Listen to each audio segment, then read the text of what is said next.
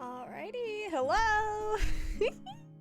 Okay, so, Dungeons and Dragons. It's been a while. I know it's been a while. I had some family come in to town last week, and I really wanted to spend some time with them. So, just took a break, and now we're back at it again. So, while we were gone, we did session 3 of my campaign and session 4. They're very closely linked, and session 4 was pretty much all combat.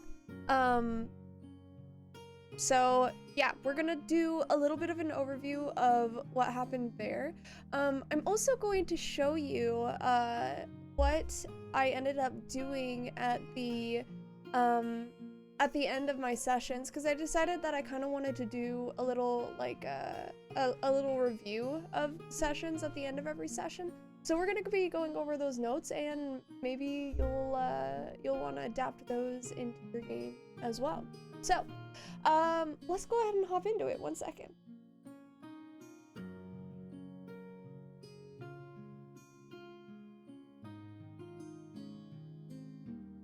Okay, let's take a look here. Perfect.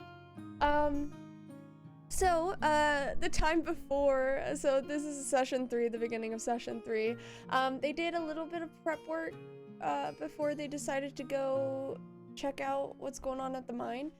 So they headed down to the mine at the beginning of session 3, and, they asked some questions. In this city, these shadow creatures in this mine are not a normal occurrence, but they are an urban legend that is taken as fact, at least at this point. So basically, they go up to these guards and they're like, yeah, you know, general shadow creatures, you know how it is. And these players who have never been in the city before, did not know how it is. To them, this sounds a little ridiculous, like a mysterious being of some kind, or a mysterious enchantment of some kind summoning these shadow creatures when you dig too deep sounds super weird to them. And so they start talking to this half-orc guard. His name is Aleem. And they ask, do we look like people to you? Specifically the tiefling one and the she's an elf deer centaur.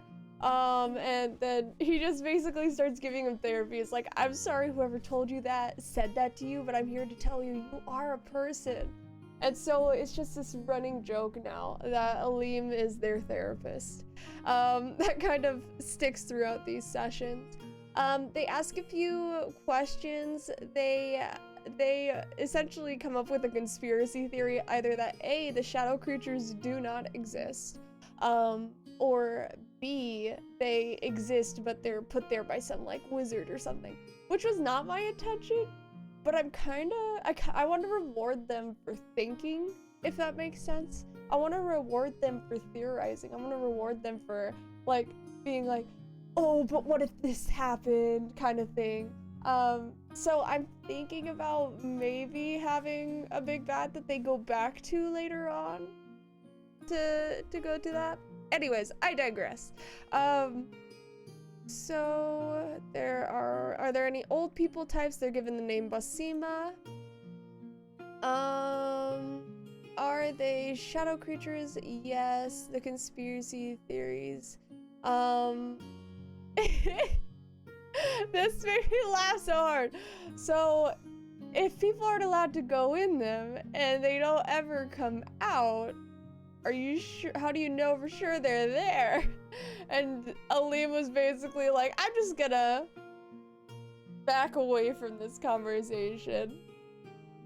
You're not from around here, basically. Like, not only is this a well-known urban legend, it's an urban legend that's taken as fact, and it's like to hear somebody being essentially what was it? One of my players said, this is it. This is what Alex, oh, you think the moon landing was fake? Interesting, you think the moon exists.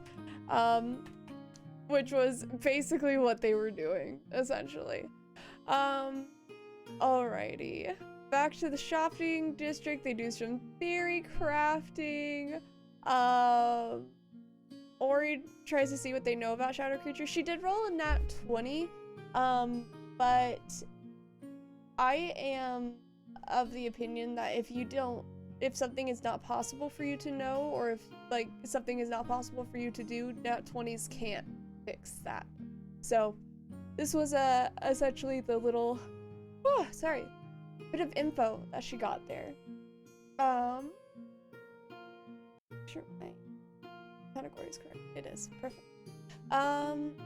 They go to Basima's house. Basima basically gives them like a overview of what happened, saying that they seem to hesitate, these creatures. Some of them left, some of them didn't, some of them paid the price, is basically what she said. They had fewer regulations then. Have you heard much about the one that happened recently? They didn't dig too deep, but essentially this character, actually, which I don't think I ever made a play, so make a little comment. So I'm trying to do comments, for every character, so. Did I already? Actually, I think I did make her. Hold. I did. There she is. At the last shadow incident. So basically after that incident, she quit. After that incident, she quit the mining life. Mining career.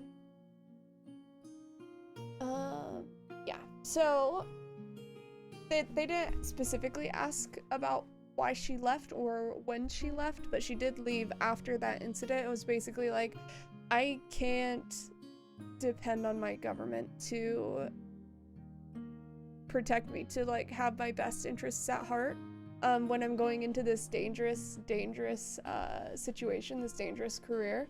So that's just a little heads up there. They learned that the person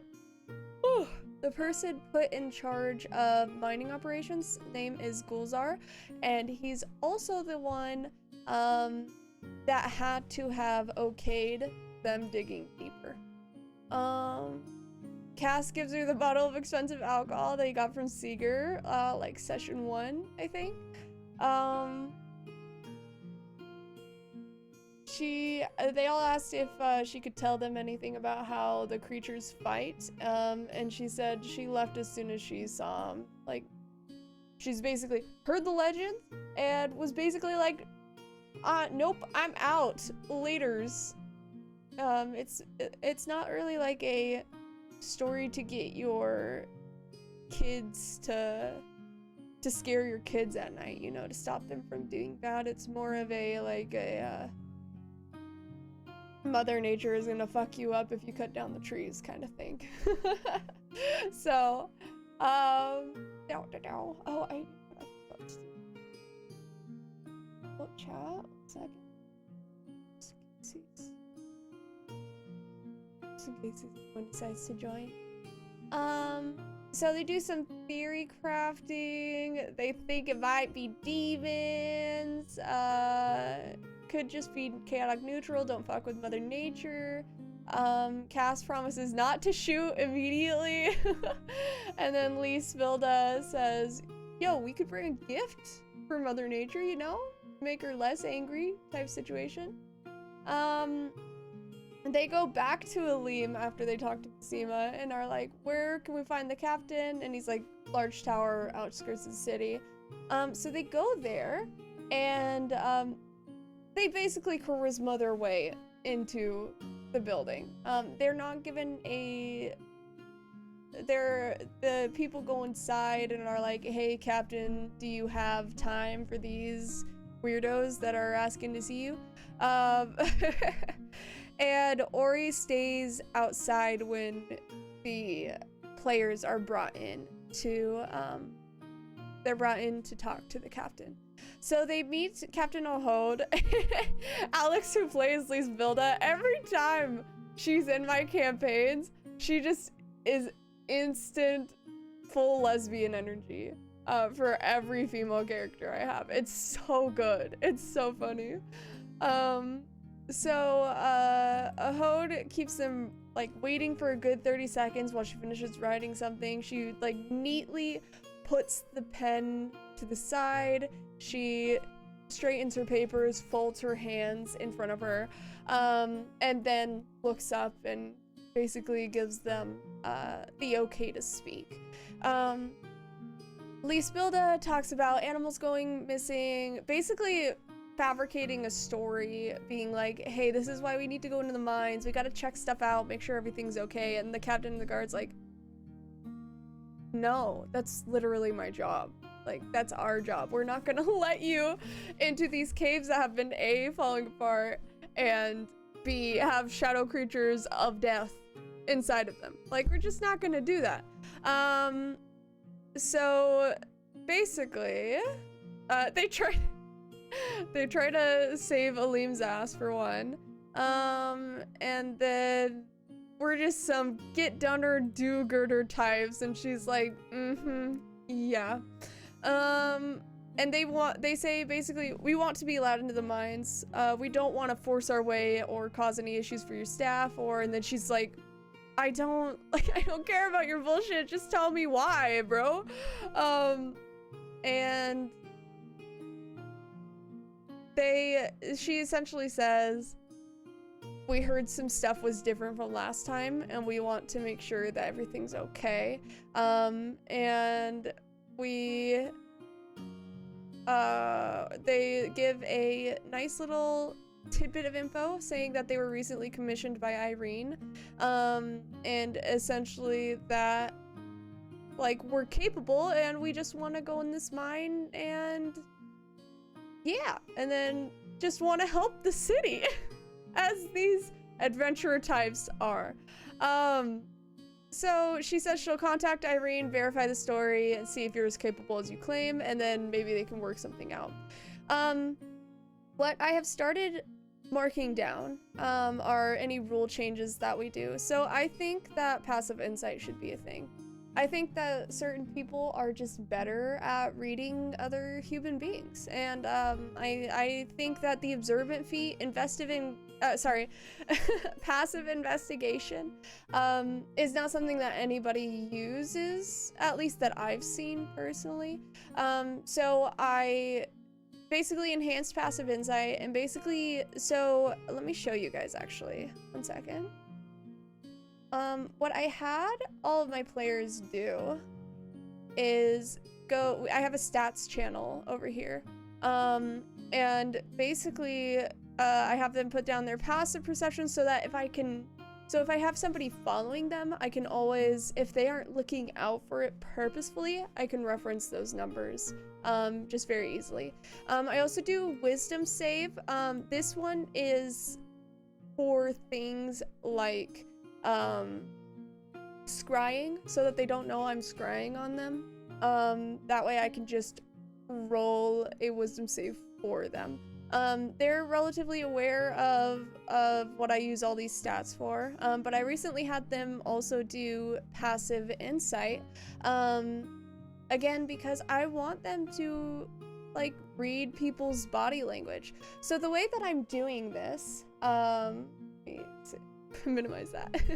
So the way that I'm doing this is basically they get physical cues. So in this situation, Captain Ohode like raised an eyebrow when Lisbilda was talking about Irene being somebody that they worked with in the past.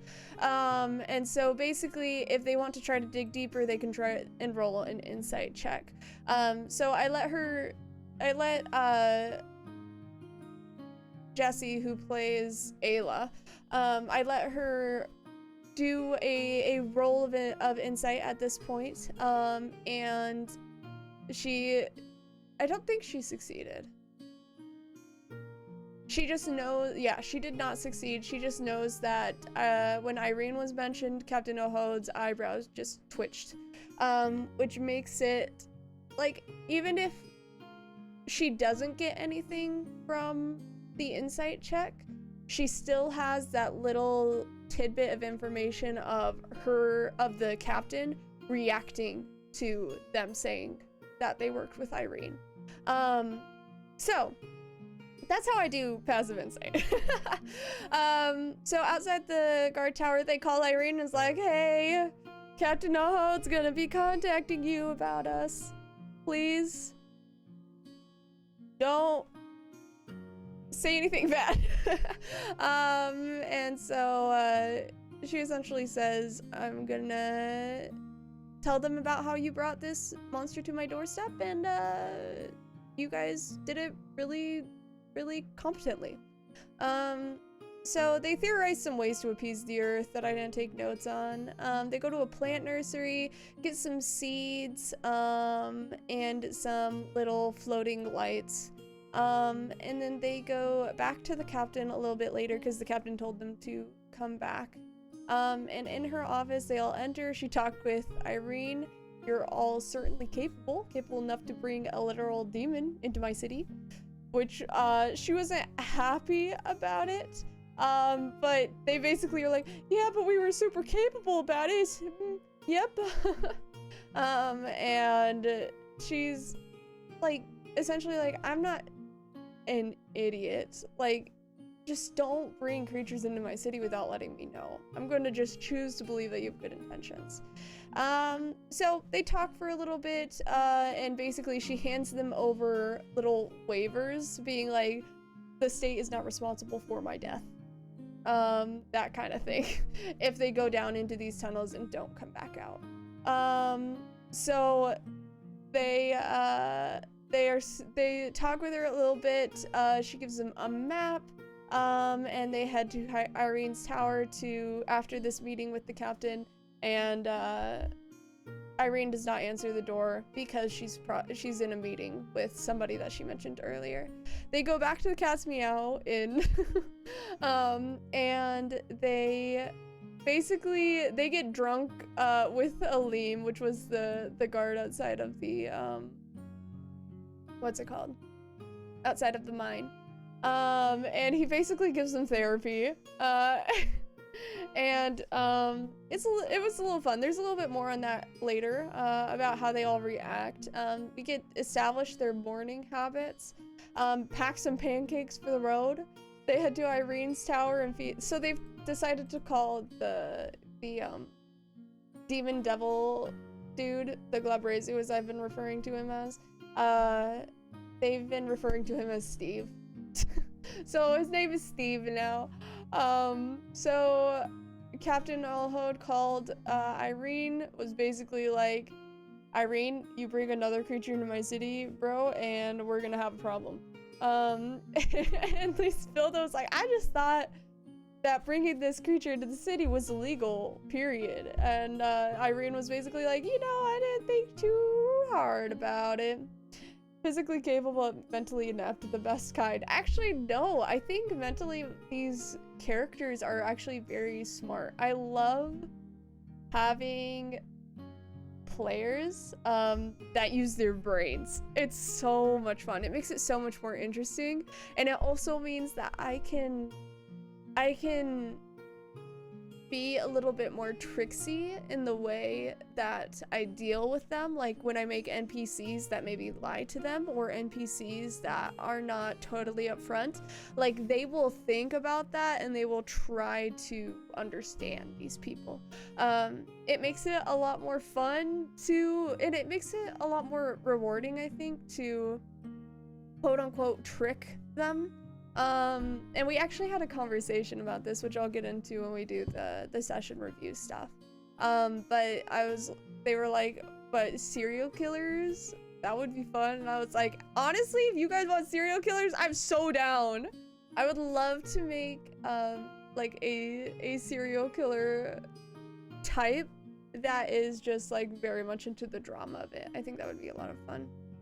I'd say there's a difference between dumb and has no concept of the consequences of their actions. I honestly think that they are neither of those things. they're all smart to a certain extent. And I mean, like, of course, everyone, there's a limited way of running a game, where when you run a game, there's always going to be stuff that's lost in translation, and I think that's just a fact of playing D&D. But I also think that they are pretty, at least at this point, I've established consequences to their minor actions, that have given them the idea of, oh, if I, like, affect real people in this game, I'm going to have real consequences for that.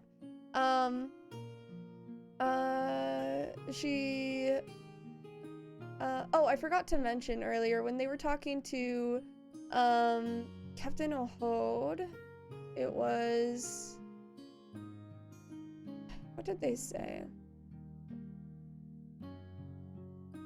Oh yes, they offered to get any personal effects of the miners that died in the caverns, and they offered to bring them back for the families and the such, or bring back any items that they could, as well as any descriptions. And Ohode is basically like, wow, I didn't realize that you were actually empathetic human beings, you know? She just kind of assumed, and because they said that, she was basically like, I'm not dumb, you're gonna get fire opals, you're gonna find valuable stuff, I'm going to not search your person because you are willing to do this favor to the city. So, they talk to Irene gives them a quest in Umbra. They talk about shadow creatures and get a book of urban legends that they kind of look through. It very much matches up with what Basima told them earlier. Ori asked what Irene's specialty is, which was divination, which we kind of established in session 1, but they didn't ask about it at that time. She asked them to let her know when they're out. Irene asked what they're doing in the mine. They admitted to get fire opals.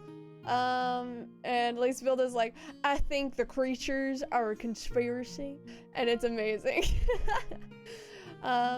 So they go to the mines. They leave a note for the captain basically saying, yo, we're going into the mines, because the captain gives them 24 hours to get in and out. And she's like, basically, if you are not back within those 24 hours, you will not be let back out.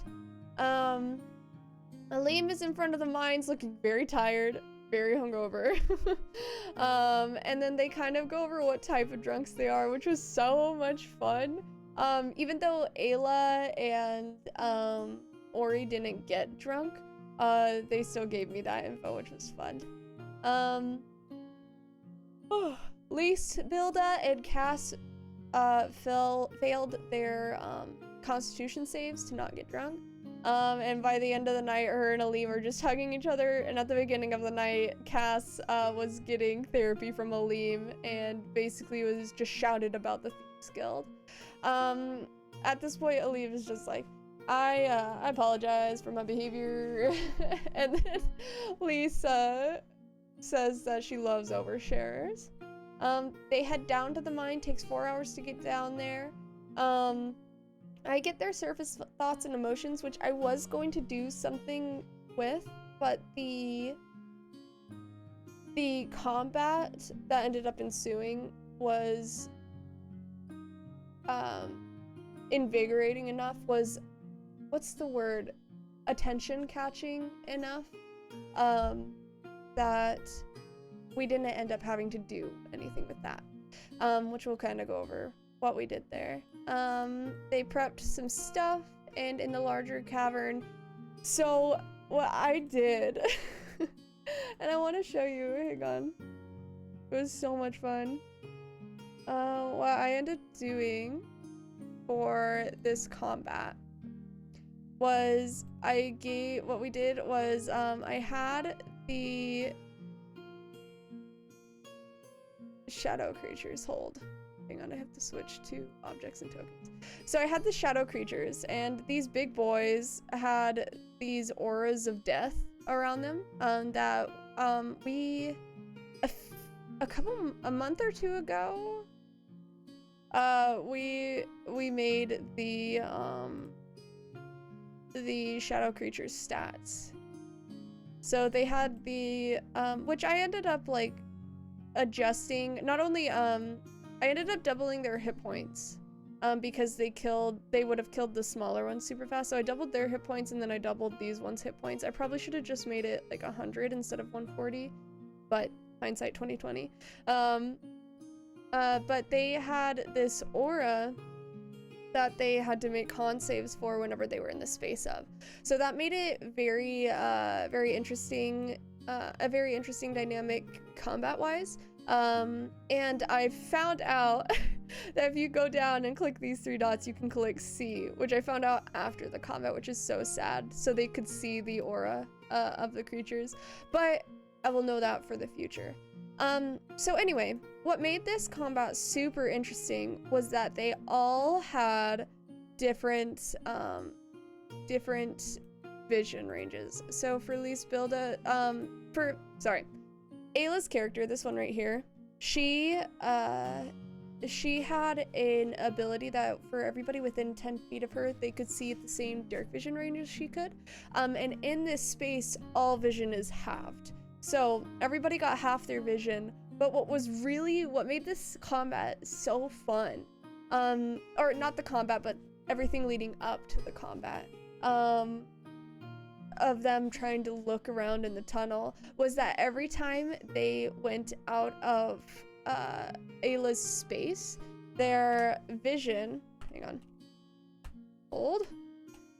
was halved. So Cass and Lisbilda had this much vision compared to Ayla's vision of this much, which is like a stark contrast. So every time that their vision went down, I could see this like shock of like, oh no, oh shit, in their face, and it was so much fun. It was so much fun to have the dynamic lighting. What also made it interesting was I had all of the small guys around the edges here, and then I had the 3 big guys like this.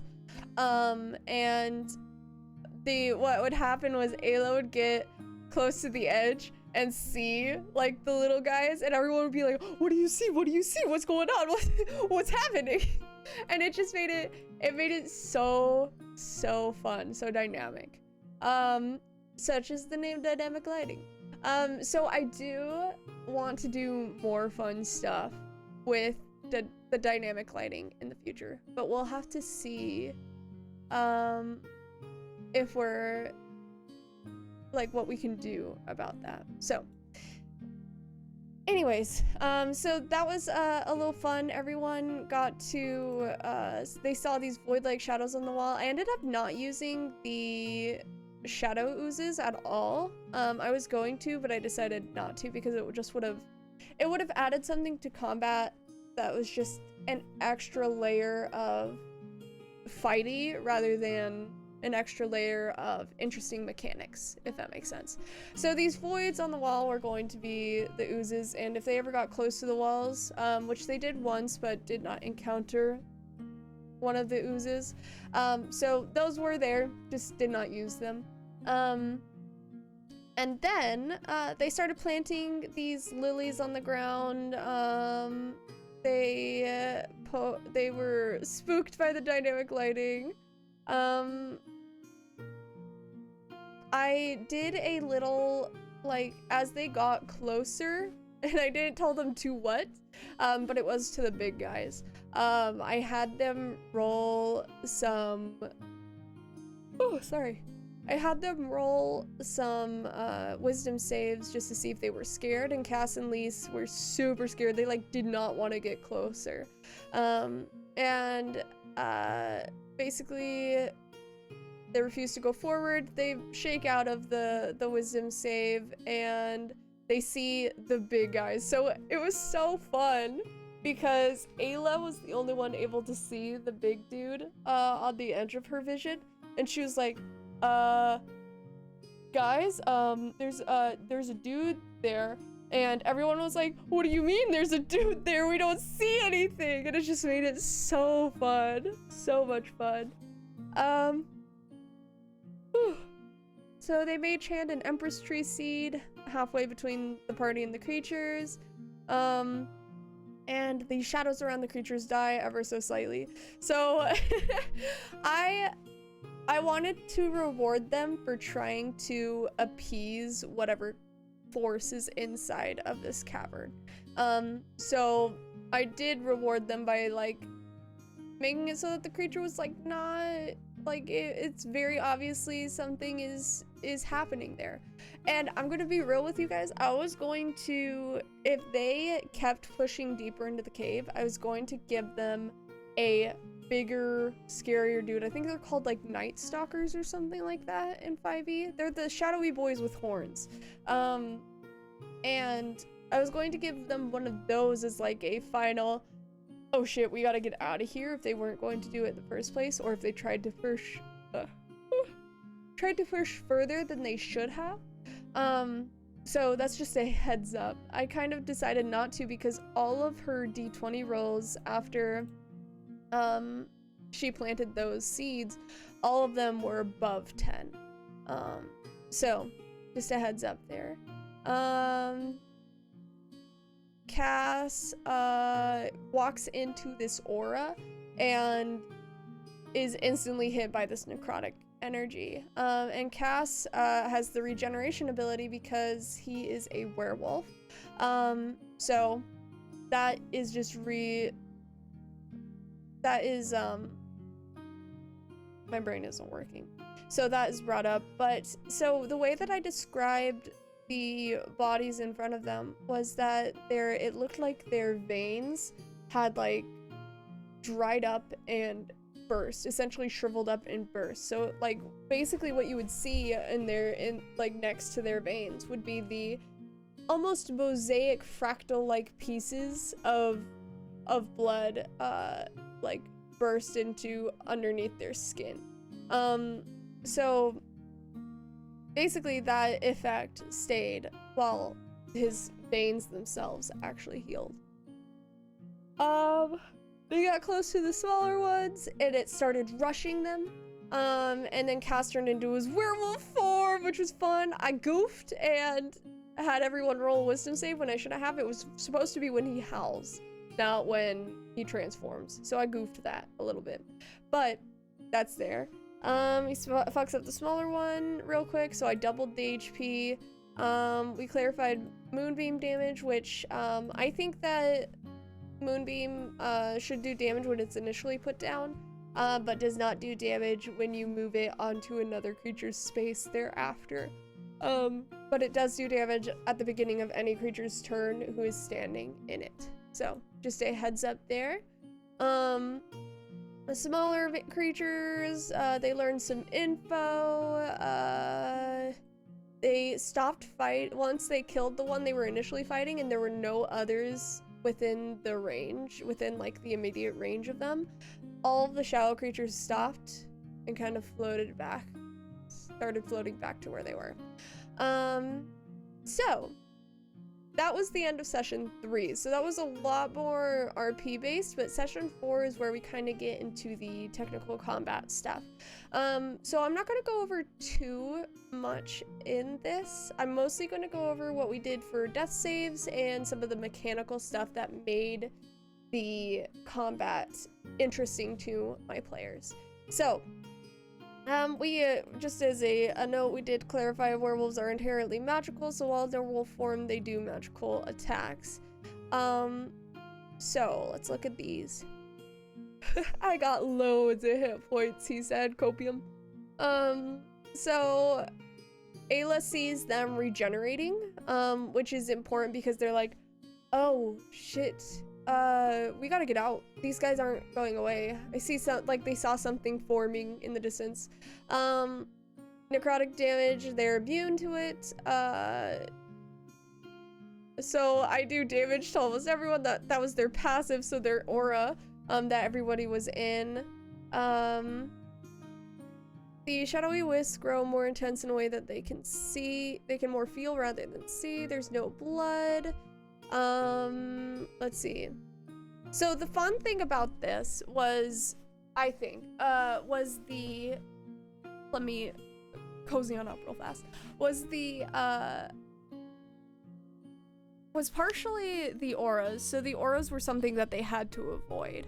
But it was also that the creatures regenerated, so they knew they couldn't stay. They knew they had to get out. And it was also that, so this was the combat that I was going to decide whether Cass's regeneration ability was overpowered or not.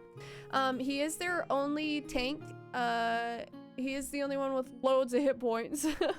And he is the only one who's going to be in melee range with pretty much anyone. So that's just something to keep in mind, and we ended up deciding, because he went down quite a bit in this combat, we decided to keep his regeneration stuff.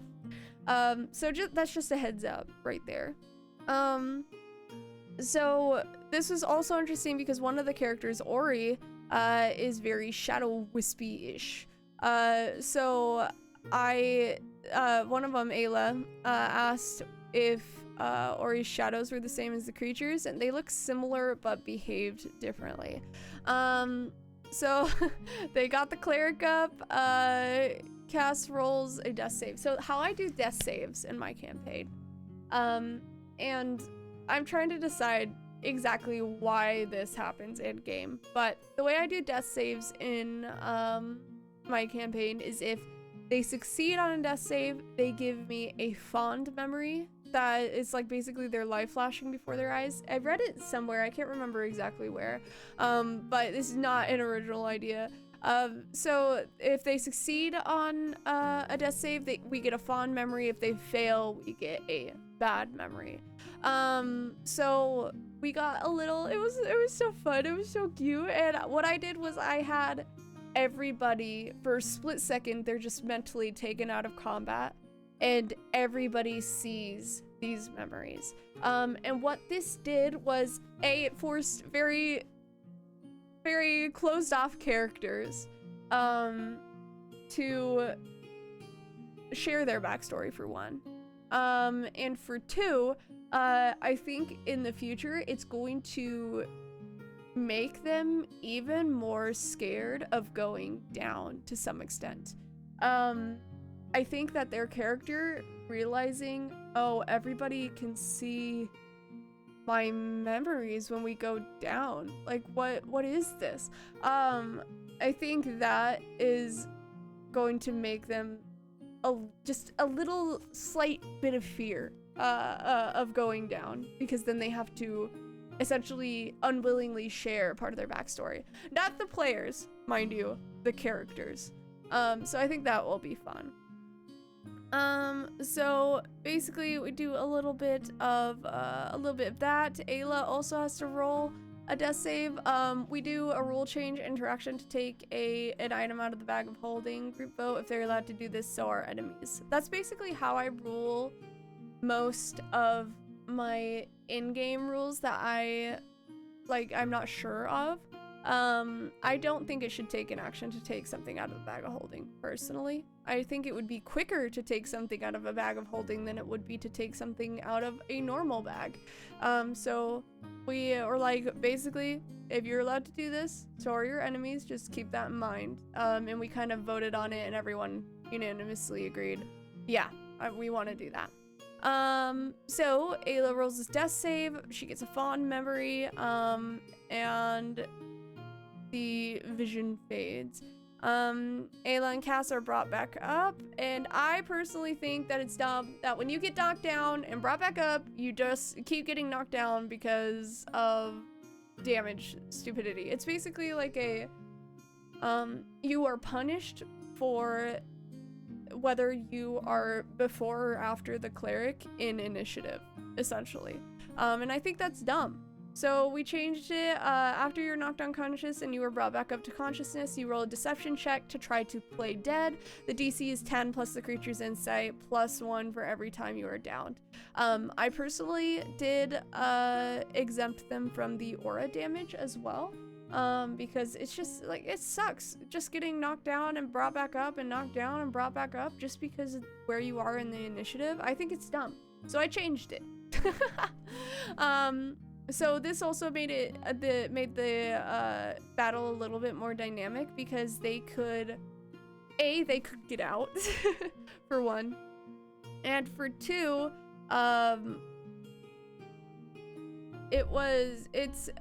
it's important to me that my players are not just having fun, but are getting the chance to have fun.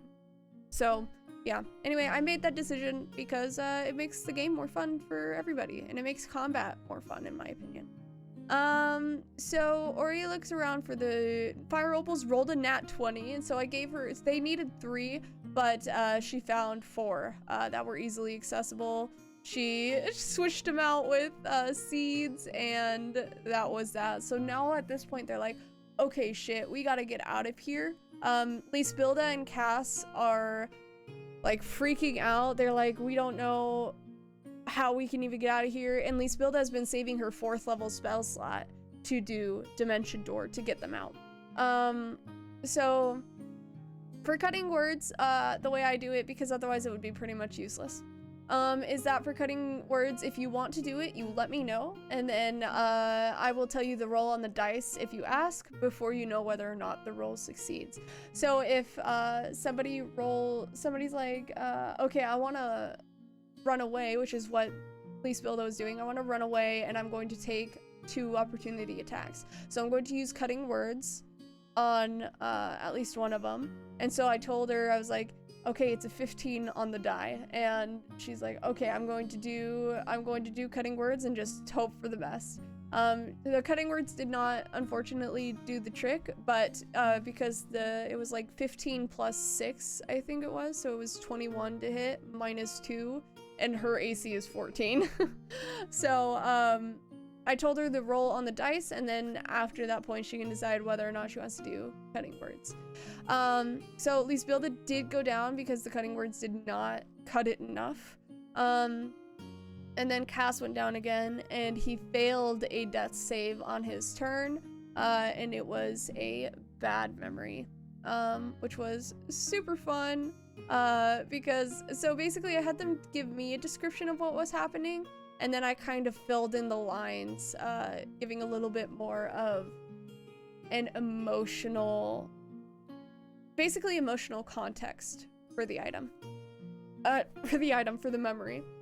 Ayla then gets Cass and Lisbilda up, and they are no longer down, and then Lys kind of like crawls over to Cass and Dimension Doors them out of there. I rolled that if you go down twice in combat, you get a scar or persistent injury. If you would get your 4th scar injury, instead you lose a limb or a piece of you. Bits can be replaced with prosthetics or restore via regeneration spell, but it adds to the flavor of a character. I do like that. I actually watch a D&D kiddo, called, her name is Dale Kingsmill, and she has a very similar rule. She has like a table that you roll on to see what persistent injury you get. And I think that's super cool. I just think that, oh, Dale's on right now, that's fun. I just think that if my players wanted a permanent injury, they would tell me. I don't like forcing my players to change their character or do stuff that they don't want to do. Like, there's stuff that they don't want to do, like, you know, dying in game, but like they're aware that that's part of the game. But it's a little different when they like lose a limb, because that is something that I think should be a character choice that the player makes rather than a DM choice. But that's just how I run my games personally. Yeah, like I love Dale's rules for everything. Her stuff is so cool and she makes such fun ideas. But that's just personally not one that I would ever implement. It also like when I DM, I get overwhelmed pretty easily by what's going on. So the less that I have to manage, the better. So I do not want my players to have persistent injuries, so I can say like, okay, he cuts into your arm, and then later on, if they wanted to, they could be like, okay, this arm gets infected and I lose the limb, you know? So it puts it up to the player to decide what ends up happening because of an injury, if that makes sense. Anyways, that's just how I run my games. I do think it's a very fun idea. I just personally don't think I would enjoy it as a player, and thus I don't do it as a DM either. So, they dimension door out of there. Ori uses her dumb luck ability for the first time, which is fun. So she has wings, she flies away, and she's like, I want to use my dumb luck to try to avoid getting opportunity attacked by these creatures. So the dumb luck is enacted, and then these rocks fall from the ceiling and land on these creatures, stopping them from reaching out for her as she flies away. So Cass and Lisbilda are like, oh shit, we should have left him in there, and are really sad. The whole time they're all like freaking out. I was just having such a good time, because all of this is such fun character development, like as players and as because so 3 of them are from my previous Buff Ducks campaign, and one of them is the dungeon master for the game that I play in. So Alex, who plays Lisbilda, I'm just gonna refer to them as their characters' names. Lisbilda is the DM from the other game, and I could feel like she's a very charismatic person. But on top of that, she also is the quote-unquote outsider in the group because everybody else was from Buff Ducks campaign. So having them, like, not only their death saves, which I think brings them together as characters, but also basically trauma bonding all of my players together, where they care about these people because, not just because, but part of the reason why they care so much about these people is because they were not strong enough to stay in there and help them, essentially. So basically Cass and Lisbilda and Ori and Ayla are individually like worried about the other 2 pairs in a way that is very specifically linked to the bond that is created by being in a traumatic situation together. So that's essentially what is going on character development wise here, which I think is just so much fun. So the whole time they're like, oh, we're probably gonna die, and I'm like, character development, yay! So that's it's so much fun. Okay, so they see these creatures who have now starting to float towards them. Ori hands over 3 fire opals to Ayla, as everyone asks what they're going towards, and Ayla tells them basically that her fake backstory. So we know that she has a real backstory and a fake backstory because her mind's been messed with. And she essentially tells them there's these people who's going to take down an evil group that burned down our whole town, and they're harming others in this way, and these are going to help them figure out more information. So once they're outside the mine, so what was fun about this combat is that we also ended it with a little RP, which is very important for most of my players. Only the person who plays Cass, the dude who plays Cass, is a very combat oriented person, while everybody else are more role-playing oriented people. So not that they don't did that either one dislikes either side, but that's just what they're more oriented towards. So basically they get outside. It was important to end us off on some nice roleplay. So basically outside the mine they see Aleem, and essentially he's like, you guys lived? Because at this point in time, in history at least, nobody has come away from fighting these shadow creatures and lived. So everybody who's faced these shadow creatures or stayed too long were killed down there. The people who left immediately survived. Those who stayed down there did not live. So basically they've come out from an almost impossible situation, an impossible combat to beat, quote unquote, but they were able to get out alive, which is kind of insane to most people, most normal people. So Aleem's basically like, you guys lived, and Leesville like, hope you didn't take any bets against us. He's like, god damn it, and Aleem definitely bet against them, which was fun. And the dude next to him is like, I got him for 20 gold pieces. Let's go. So that was a fun little piece there. They do some history checks. Aleem takes them to Captain Olhod, and basically everybody that they see between the front door and Captain Olhod's office is people being like, I can't believe these chucklefucks lived, you know? They're all like, what the heck? And so they go into Captain Olhod's office, and last time, which we kind of went over, she was very much like a straight-laced, very organized person, made sure everything was in order before turning her attention to something new. And this time she kind of like was writing something. She looked up at them like, what the fuck? And her pen falls out of her hand, and she looks exasperated for a second, and then she pulls out some coins and hands them to Aleem and tells him to give this to Gregory, which is what we've named the guard that bet for them. So I'm actually going to add him real fast. So let's do Gregory, man, human. Say like 20s.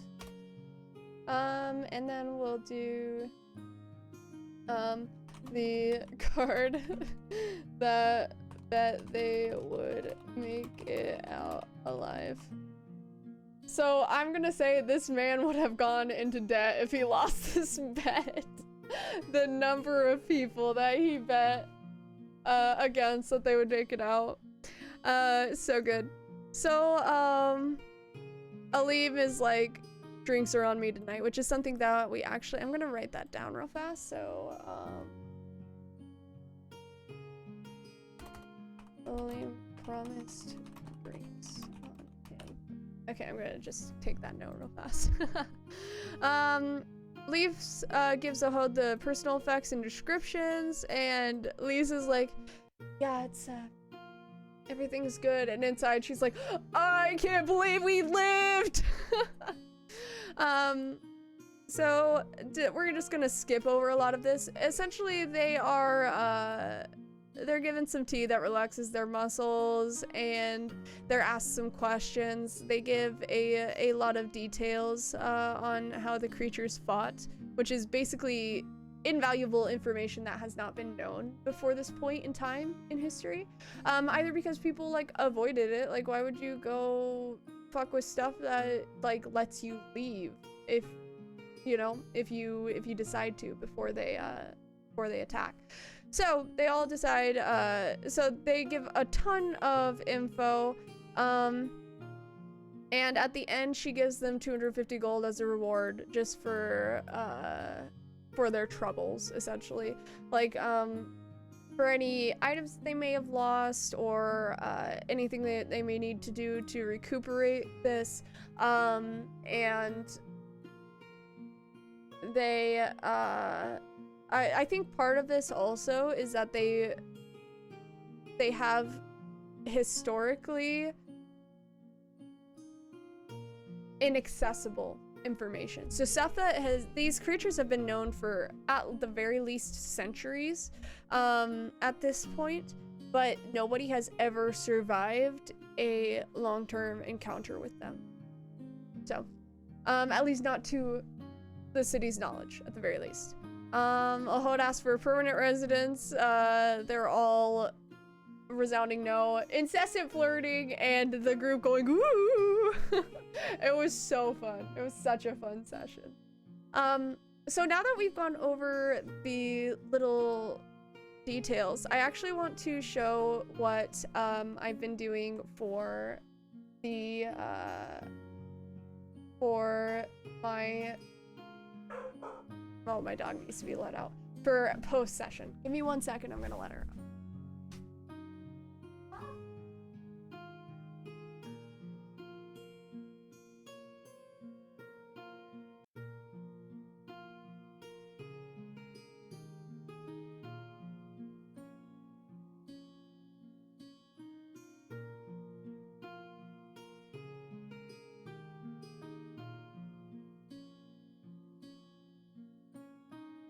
Okay, I'll have to let her back in a second. But we'll take a look real fast. We're gonna do a little bit of this. So, for session 3, basically what I did was I did the whole, like, questions, comments, concerns, things that you didn't like, things you thought I was unfair about, things that you liked, things that you want to see more of, things that you wish were in this session type thing. So we kind of went over that. They talked about how they loved her character, or Captain Ohod's character, and they basically they talked to these guards, and then they were able to go up the chain of command to get access to this mine. And basically the ability to use channels that would reasonably be in a situation, to basically use those channels to gain access to stuff.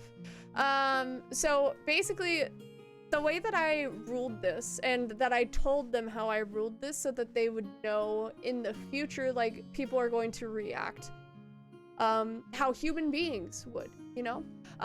So basically I was like, you gave her a reliable source, which was Irene. If you're gonna do something, make it make sense. And basically the second Lisbilda said that she was willing to retrieve the dead people's stuff was the second the captain was like, oh, maybe they're just not greedy fucks, you know? Maybe they're just, like, decent human beings to some degree. And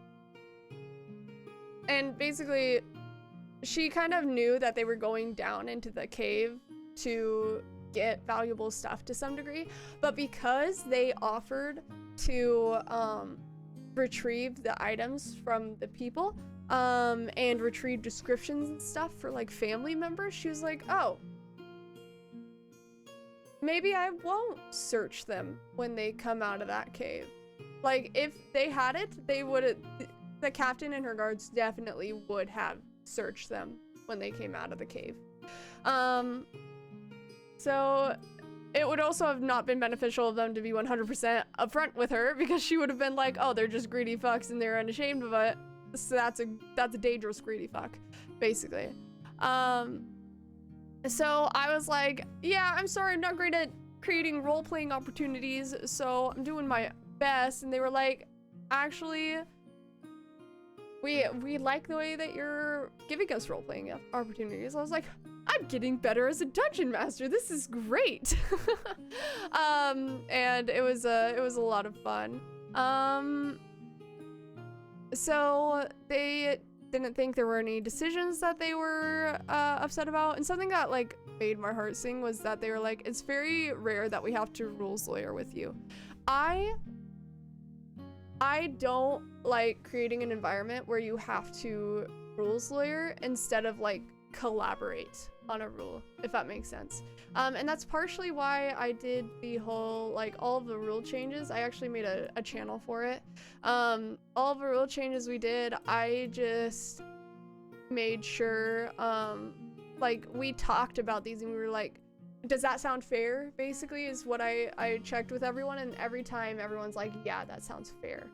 And that just, it makes my heart happy, you know? They were happy with the character backstory reveals and stuff that they wanted to see in the future. They loved the spooky tunnel with the spooky vision, so I definitely want to do that. And we're actually going to build that out today. I'm running over the time that I had allotted for this. So I'm going to speed through this real fast.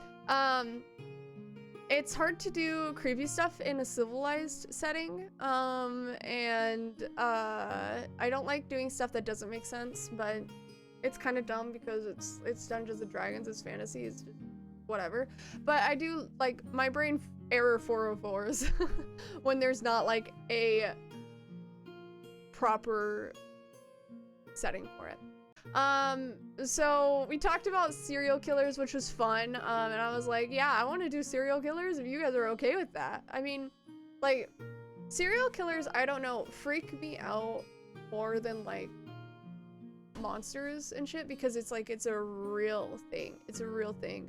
And I don't like bringing essentially real issues into D&D that is meant to be an escape. My players, like, a lot of people enjoy having real life problems in their D&D because it helps them kind of process that trauma a little bit. D&D therapy, essentially. But it's I don't know, it's a really fine line. It's really hard to navigate. So serial killers, I was kind of glad that they were okay with, because then I can do some fun stuff with it.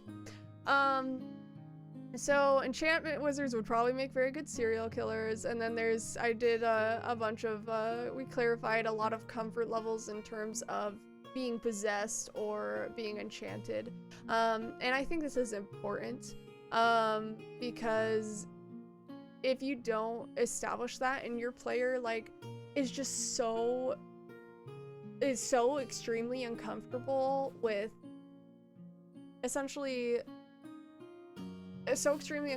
attacking their own teammates, then you're going to have a situation where you're going to have a player who's possessed who is not playing their character the way they would possessed. So essentially somebody who won't use their strongest spells first, or somebody who won't try to get maximum damage on all of the group.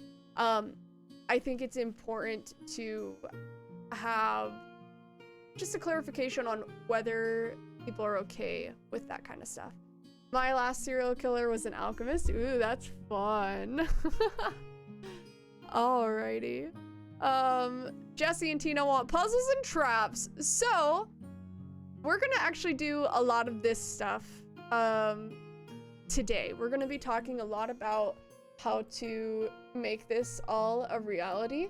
And we're gonna be talking a lot about A, making puzzles for everyone, and B, making mechanically interesting not only combat but dungeon crawling. So we're gonna talk a lot about that. So for session 4, they asked me if I had a plan for if they TPK'd, and my answer was no. They were like, I think pretty much everybody they talked to was like, don't stay too long. Every single person. And I think that at higher levels, your players should, to some degree, have contingency plans for getting themselves out of situations. And for Lisbilda, that was the dimension door. The dimension door got her and Cass out, and it meant that Ayla and Ori could stop focusing on keeping them alive and start focusing on getting themselves out. So that was very important to establish. I probably should have established that with them beforehand, but like at 7th level, you should be able to get yourself out of certain situations, I feel. But that could just be me. So they talked about, Alex was so fun. I was so happy about this because she was like, I hate combat and I loved this. This was so fun. So the tension of not only everybody occasionally going down, but also because they had to get out. It wasn't like you hit a certain number of hit points and you're done with the combat. So that was just very fun for her brain. She also thought it was fun because she didn't know what was happening when she moved her character. And because she couldn't see it, she didn't have to worry about it. They got a tiny bit of RP. The combat was technical, always felt like it was moving, which I hate combat, so it's hard for me personally. I will be right back. I gotta let my puffer back in.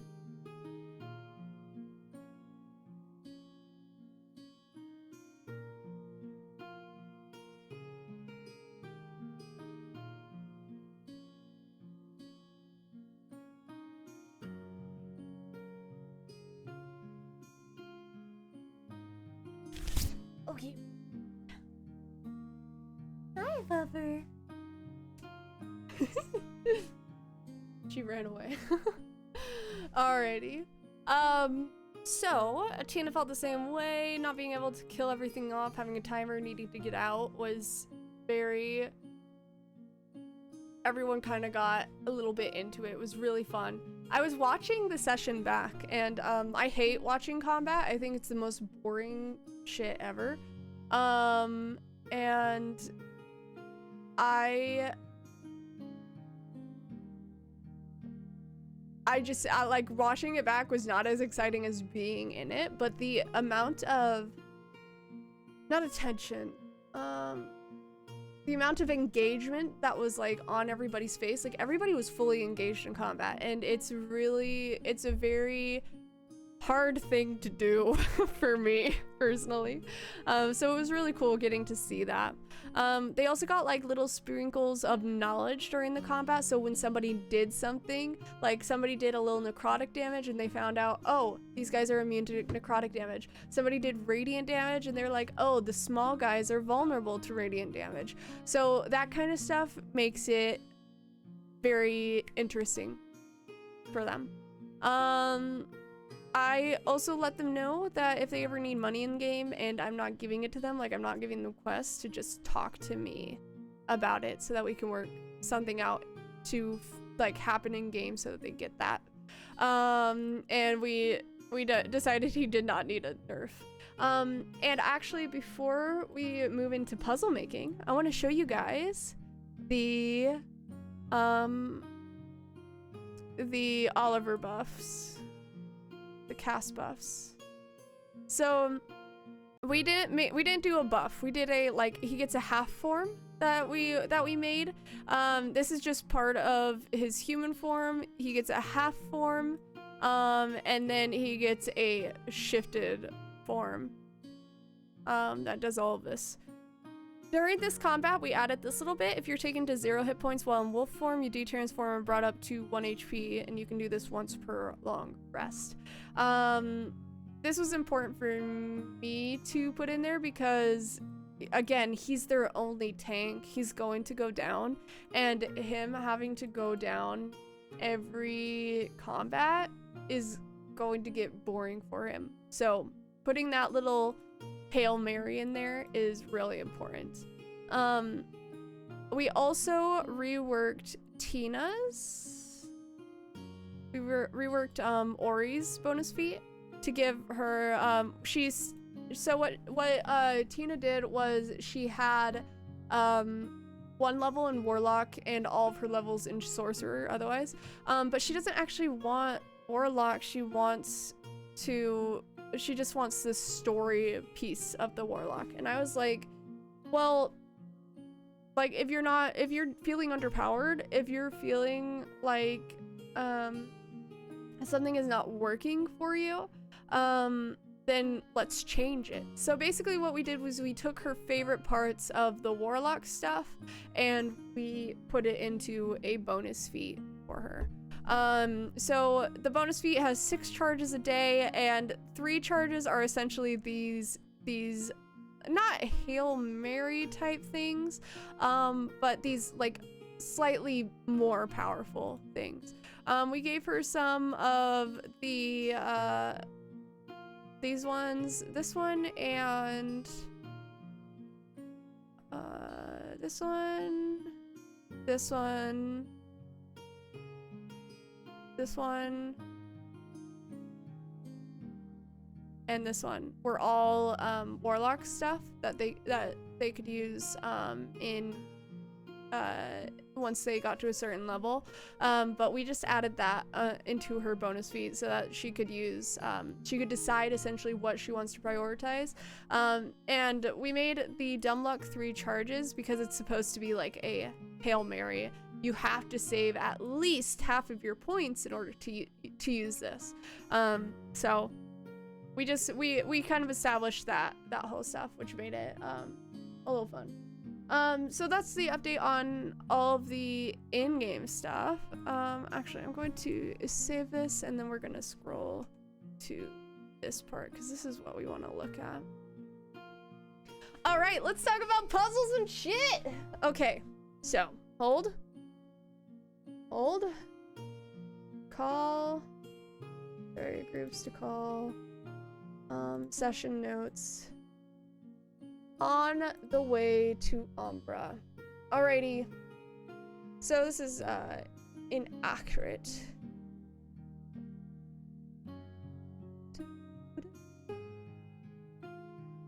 So we did all of this. Set up for the cave. We did all this. Once they go into the cave. Okay, so once they're out, this one was important because I need to do this that night. So, whoops, click something. That night, let me move my keyboard. I have it in gamer placement. So that night, Kai is going to perfect. B, 1, 2, 3. All right, so what we're going to do today. So basically this is still in the captain's quarters where they're starting.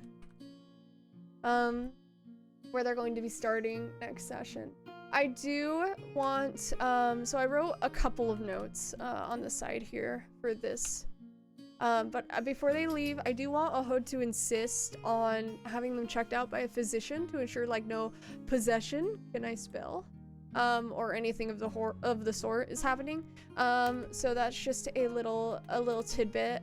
They may refuse, but I sincerely doubt it. You know, just in cases. And then after, I want to give them some description on, basically how they feel after having their veins burst.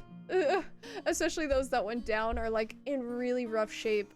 When we in session 4, when they went to see Captain Ahod, they had a lot of like their veins were like purple, like seeped into basically their body, started creeping up onto their face. So it's important that there is a physical response to what they went through last session. So I just want to toss that out there for them to roleplay as they so please. But yes, there is something that doesn't make sense in D&D, as many things do. But that is that after a long rest, you are up to 100 HP or like 100% HP. I still haven't figured out a good way to counteract that because I think that only giving them like half their HP or something is just kind of, it sucks. It would suck to play D&D and have to wait days in between stuff. In order to like be prepared to fight something. So yeah, it's just something to float out there. I do want to do that eventually. But that evening,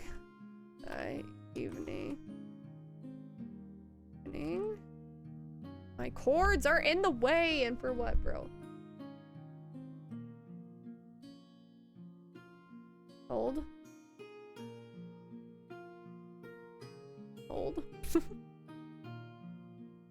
There you go. Call that good. You can see that. Put it down slightly. Just in case.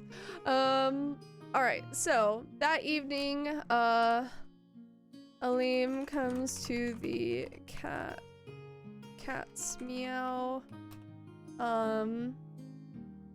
buys drinks for everyone. So that's important because it's just gonna be a nice little fun character thing for everybody. So that's as far as I have planned for everybody in Alnar. They might do a couple more things. They might go to a magic shop. They might do some fun stuff. They might just go around looking to talk to somebody. But I am personally not super concerned with the details of that. What I'm concerned with are the details for... Somebody yelled. Are the details for essentially the dungeon crawl that I want them to do. So we're gonna do on the way to Umbra, which is again the capital of Ducal. So now that we've got all that extra stuff out of the way, these are the things that I want to essentially nail down for this dungeon that we're doing. So the outside, I'm thinking like a pyramid, but that feels like almost too on the nose. Maybe like a set of ruins that they have to figure out some arcane stuff for in order to get in. I think that would be a first puzzle that they could get through. So they could come across, there's a very specific memory I have of a sandy, like a desert scenario where there are ruins, but I can't think of what it is exactly. So, there are ruins,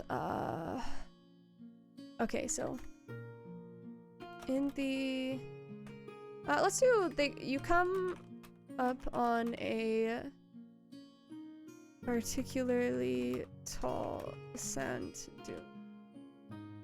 Sand dune, not one word? It's not. Wild. Particularly tall sand dune. Looking down, you see a set of ruins. Tall,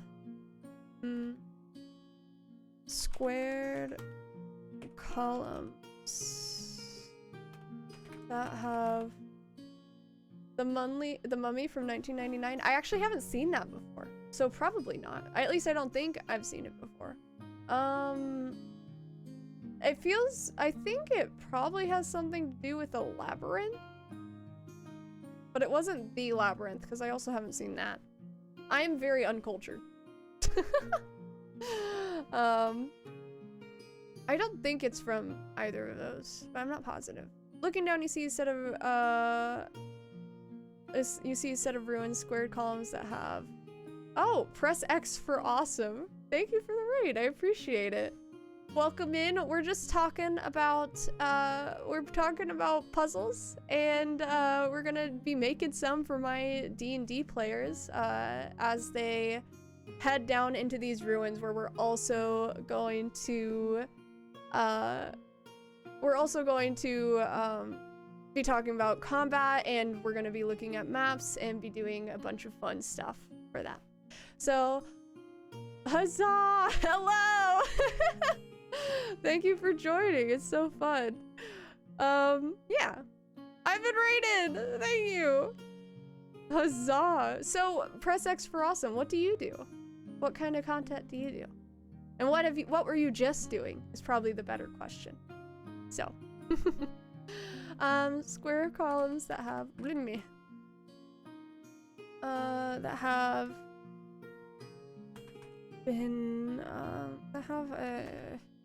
fallen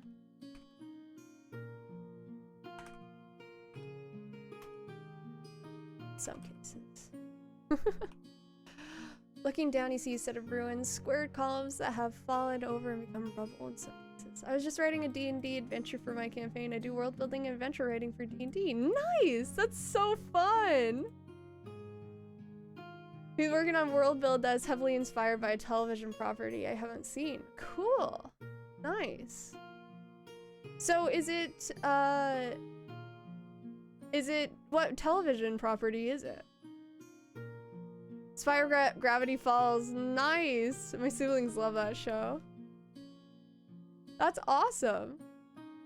How was it? How did everything go? Did you get it all figured out? Or do you still have a little bit more to write on it?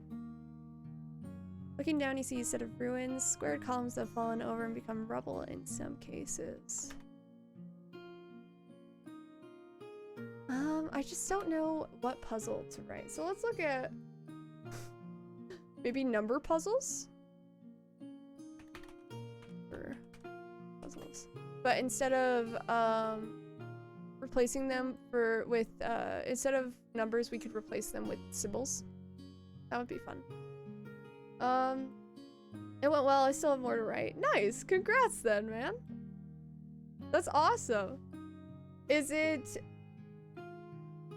symbols like runes? Yes, yes, yes. I'm thinking how many zeros and numbers? Where the first digits, how many zeros and numbers? Okay, hold. You have the answer. Check our solution. Second digit is how many ones in number until the 10th digit is how many nines in number.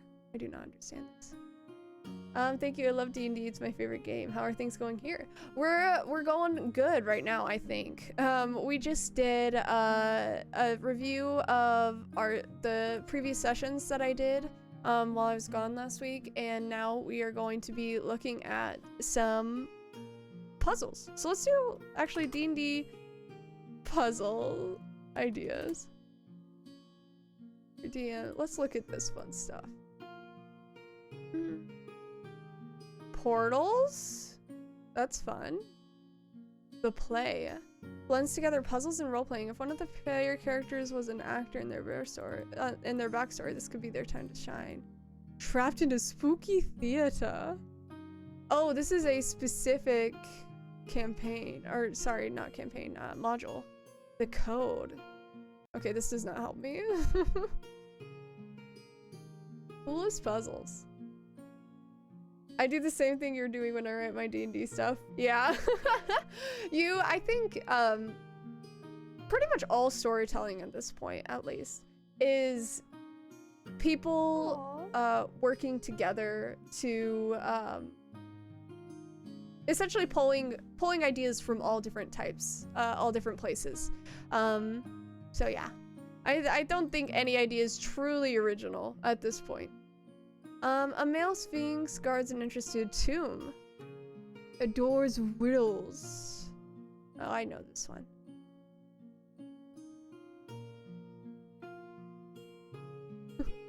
Okay. Found this somewhere with still neat content. The gentleman's door. A door frame with a reflection of the door user blocking the way. You can clearly see what is behind the door, but no matter what you do, your reflection will mimic your actions and block the way. To get past the door, you must step to the side and say after you or some other reasonably polite thing. That's so cute, actually.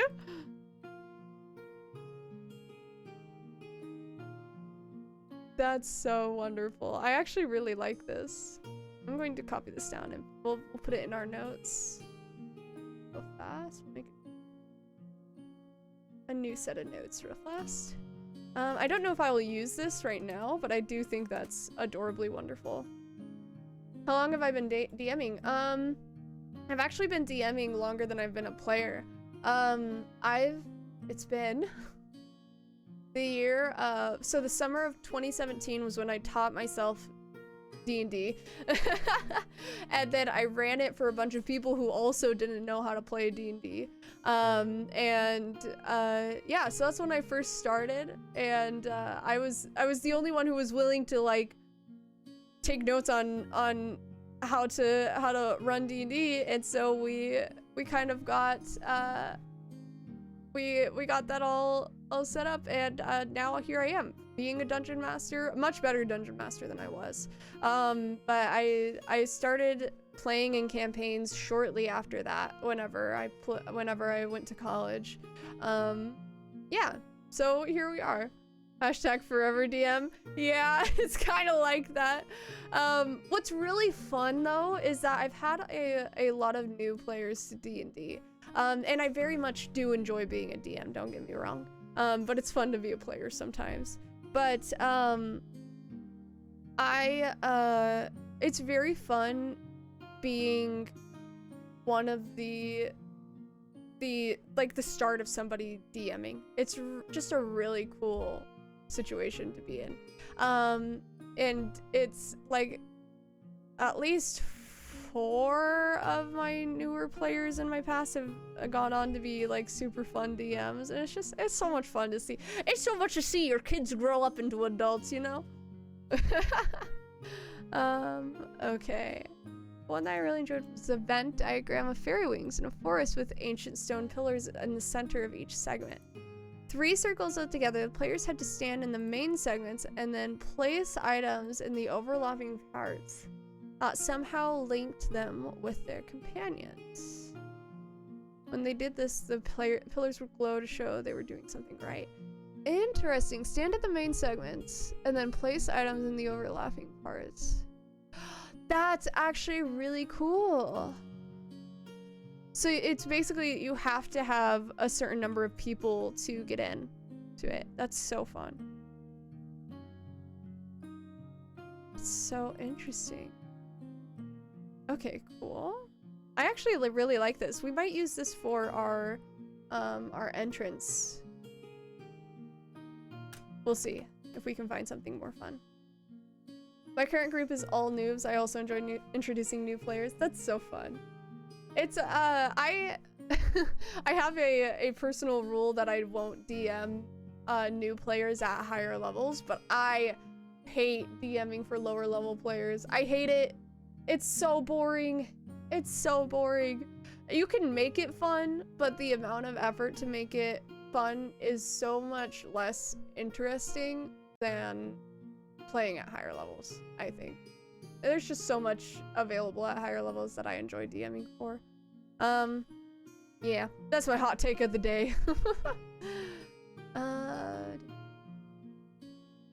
Party must converse with it and trick it into saying the password. I've come across this idea a couple of times now, so it's been hilarious, especially with groups that like to roleplay. I don't think I will use this time around, but I do like it. I do think that's fun.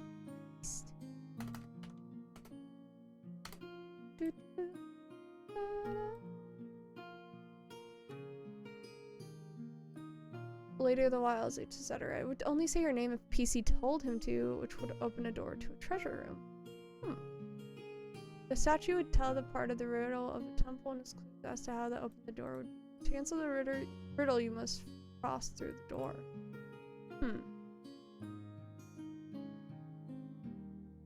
So what's the word I'm trying to get you to say again? Before the door could enter, two of my party members behind me said in unison the word I was trying to get the door to say. That's fun. There's a lot you can do at lower levels that's difficult to do or not possible to do at higher levels. Like what? Survival games or horror session are much easier at lower levels than they are when you have ample resources to spend. That's true. But I just find that, at least in terms of prolongment, which is something I have issues with because my brain is very like direct problem solution oriented. It's a lot easier for me to elongate a session if it's not so direct and I can take a little time to expend their resources without feeling like I'm putting them in a disadvantaged situation. Does that make sense? I like to let the more experienced players start at level 3, but people who are brand new, I start them at level 1 so they can get used to how everything goes and won't be overwhelmed. That's interesting. Maybe I'll do that in the future because I really do hate lower levels. And it might be easier to have some people at higher ones. Combat is more fun at higher levels since I'm not nervous about killing them as easily. Yeah, same. I don't like giving my players a situation that they can't handle. unless it's something like our previous session where they're not supposed to handle it, they're supposed to get out. And like, of course, if my players make stupid decisions, like purposely stupid decisions, they're going to have consequences for those decisions. But yeah, I don't like putting my players in a situation where they are not disadvantaged, but not, they're not having a good time because they're losing super badly. Like, that sucks. It just sucks. And it's so much more fun to do a higher level combats, personally. How do you get your players to run away? I tend to have a hard time doing that, it seems like. So I actually had a hard time doing that with my previous group, the Buff Ducks, where I was like, maybe you guys should just get out of this situation and not try to fight it. So what I do first off is, I try to warn them beforehand, and that succeeded in this last game. So basically everybody they talk to about these creatures in this cave were basically like, don't stay too long. Get out of there as soon as you can. Like, whatever you're going down there for, do it and get out. So that's part of it, is warning beforehand. So maybe if you have a big bad evil guy who has a staunch reputation for being extremely overpowered and they have to come back and fight them later, maybe have some townspeople who are like, you don't want to mess with this guy, you don't want to. And of course the players are going to have hubris and want to fight the guy. But part of the reason I started my players at 7th level is so that they could have spells that can get them out, such as Dimension Door. So giving them not only the resources to get out, but also I personally find fair warning is more useful than anything else. But on top of that, in this combat specifically, the enemies regenerated after a couple of rounds. So once they saw that their enemies were regenerating, they were like, oh shit, we can't win. There's no way for us to win because they just regenerate themselves. So yeah, that's what I did. And it made for a really fun combat. I was very happy. One of my players who hates combat actually really enjoyed it. So, yeah. We solved it by using the password and knock joke. Set up a mirror door puzzle. Everything in the mirror looked normal except there were a few objects in the mirror that weren't in the same place as the objects in reality. Moving the objects in reality to match the ones in the mirror unlocked it and would allow passage. I don't hate that. I don't hate that. It's a little bit too on the nose for me personally, but it's probably good because D&D is Toddler Central is what it is, in terms of puzzles. My words are filled with things my player can't handle. It's a living and breathing environment that doesn't particularly care about them, and they know that before they start the campaign. Yeah, exactly. I think fair warning is important. They'll get warning when they're wandering into something that's out of their depth, but refuse to steer them in any particular direction. Yeah. I like if they were, let's say they were wandering into a swamp where there's a hag that is going to just royally fuck them up. That's a good point in time to like put some warning signs out there. And I think it's also important that letting your players know they can die in your campaign is really important. During our session 0, I always do a whole, I am not going to try to kill you per se, but your enemies are trying to kill you. Like, they're not going to just let you, like, they're going to use the best of their abilities against you to try to kill you. And there are consequences to like doing dumb shit, to pissing off the wrong people. There's consequences to making enemies, and there's consequences on the flip side of that to making allies, to making smart decisions, to asking questions. There's good consequences for those things. They go into a situation more prepared than they would have before. They have to face the consequences of their choices, especially bad choices. It's on the pool rules? The pool rules? What does that mean?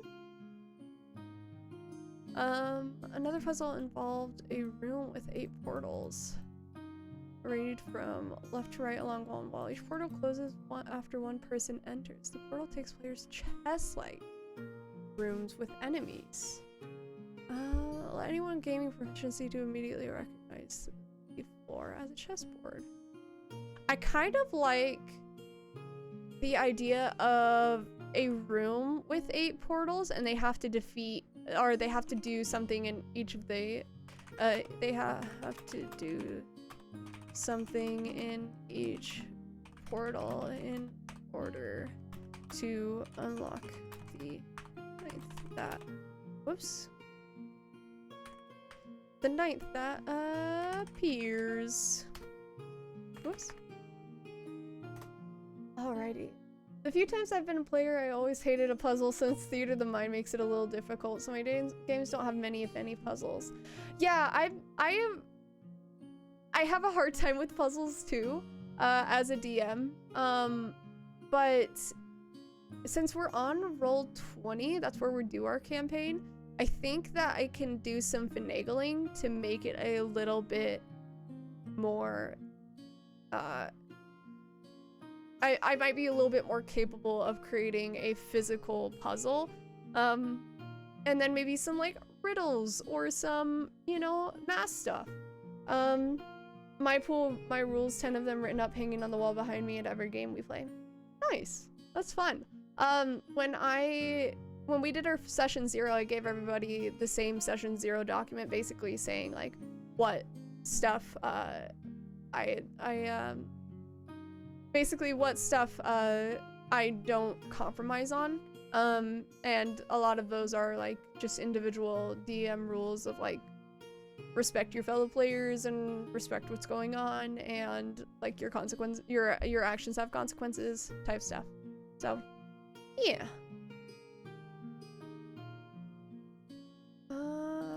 I'm not much of a chess person personally, so I'm probably not going to use the rest of this. It might not be Dungeons and Dragons, but a buddy of mine run a Star Wars Saga edition game not too long ago and put his party in a room with the doors closing on either end. The door on the far side towards the destination had a panel with a button and display. The display timer had a timer for 30 seconds. And every time the button was pressed, the timer reset and 2 droids fell from the ceiling to attack. From his recounting of the session, he said his party pressed the button 8 times and were near death before allowing the timer to expire to see what happens. When the timer hit 0, the door opens. His party was upset, but that sounds hilarious. I don't know if I would do that. I want my players to use logic in my games. I don't want to... Something so obviously that should do something, I feel like it's just, to circumvent that is just a little too squiggly for me.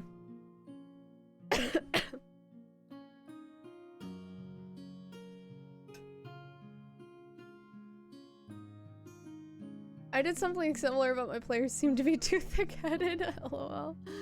Unfortunately, you play with a lot of new people fairly frequently, and they need reminding more often than I'd like, so I need to have the rules up all the time. Yeah, that's fair. I would actually, if you are okay with tossing those in chat, I would love to know all of your rules.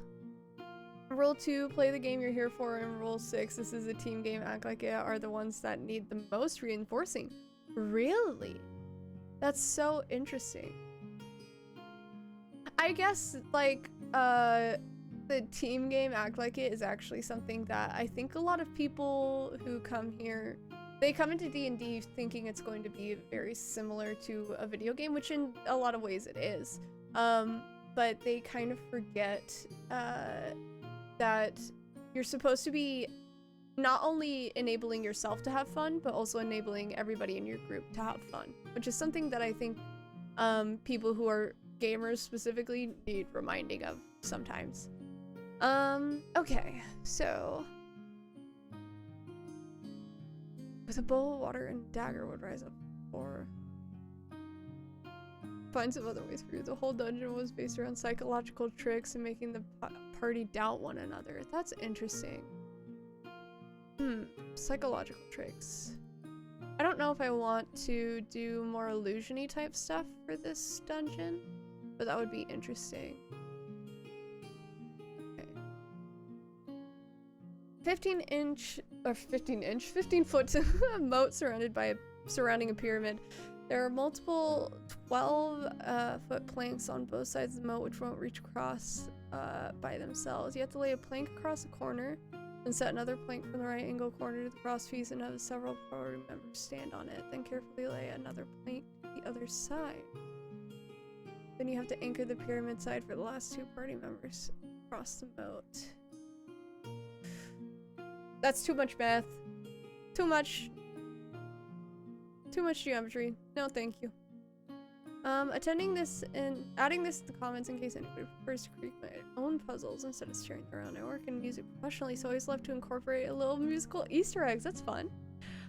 Just lyrics lifted from Ben East King's song, The Hermit of Misty Mountains. The party is searching for some mysterious source of corruption, and a hermit they encounter cryptically tells them, "You'll see the sun where it isn't shining and the stars where they don't glow, and you'll hear the songs when there is no singing. That's how you'll know." Turns out the source of corruption is deep inside the nearby mines. Ooh. I like the idea of using riddles to tell them where to go. So, rhyming riddles to tell them where they should go. And on top of that, it would be like a situation where like a corridor almost would probably be it's basically how to traverse a corridor. Corridor. That's not a corridor, is it? It's 2 hours there. Haha.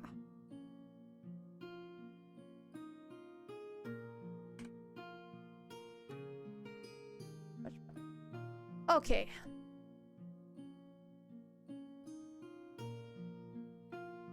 We want to have barter some form of music, but may work. Your people go in and you describe them.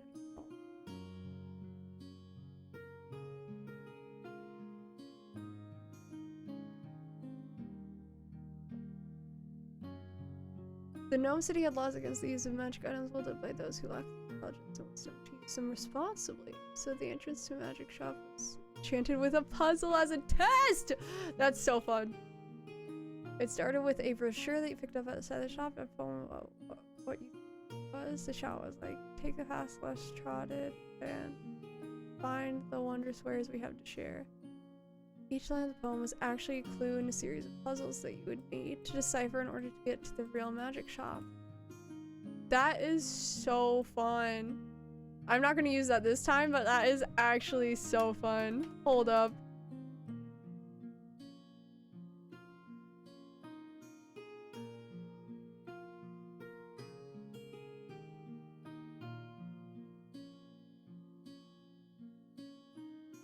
I like this one. I like this a lot. I'm actually gonna write down a lot of these notes. This is so fun. The second area was an illusory grove. You would have to identify a flora that was illustrated around the border of the poem in order to find another door. Several file stores were littered throughout the grove. The third area had a stone path through some woods.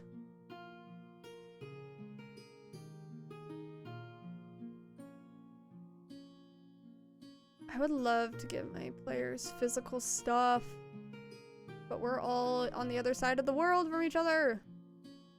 Upon opening the final door, you're greeted. Yes. Just gonna write that down, and then we'll put that at the bottom since it's a longer one. Wow. I remember the puzzles fondly because my character was the only one in the party that made it through. For allowing me to sign out waivers so I could buy some party. Interesting. That's so cool.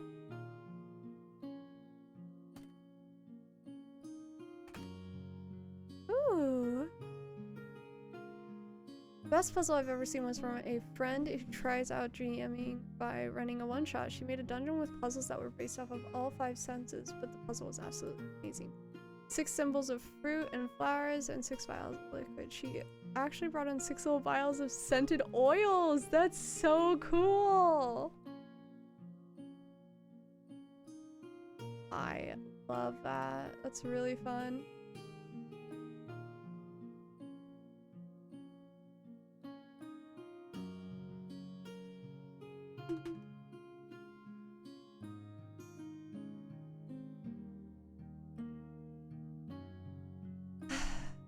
Fire into the toe balls. Fire water was easy to me in one toe. They said alcohol is fire water like 1,000 times, but air stone was fun.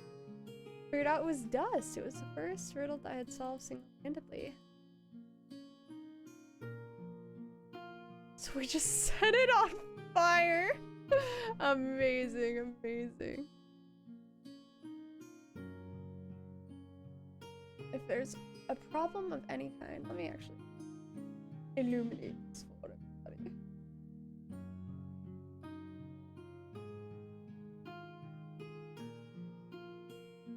If there's any problem of any kind, talk to your GM, play the game you're here for, essentially put your phones or switch away. PvP isn't as fun as you think it is, don't push it. All new game materials have to get approval first.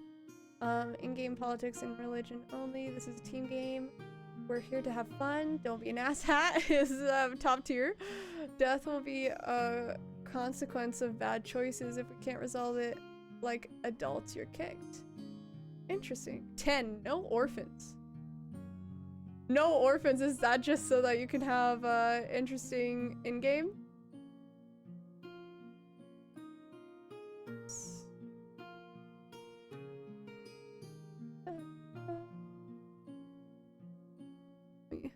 Down ever so slightly.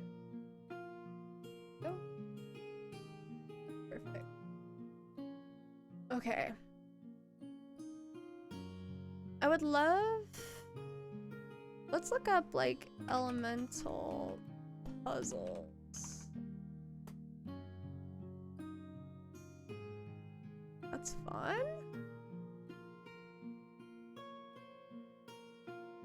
On all websites. Yes, we love Ghost Tractor. Sick. Alright.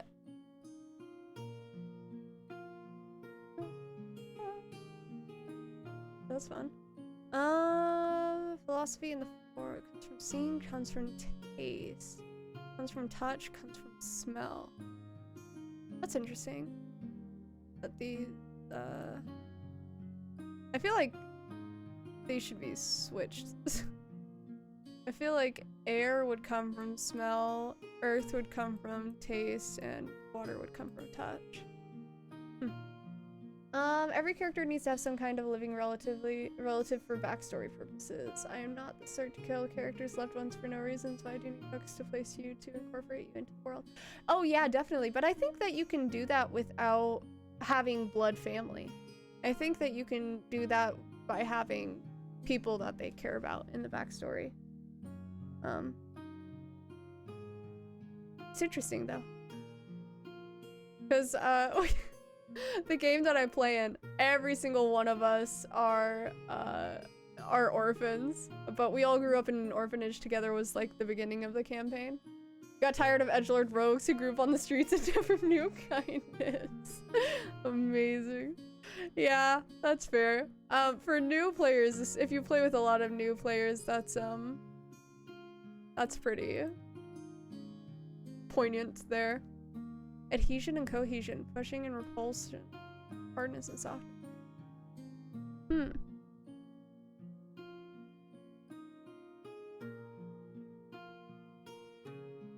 Interesting. Astrology in the 4 elements. Summer, winter, spring, autumn. Like again, I feel like spring is more earth than air, but who am I to know? Livery, desire, softness, riches. Ooh, maybe we could do the door puzzle or the Venn diagram puzzle, but with these more. Hmm. Air, fire, water, earth. Maybe we could make it so that the people who embody those traits more are like on these individual. I think that would be fun. Okay. Hold. I'm gonna grab a picture of this. And we'll just save it real fast. Good.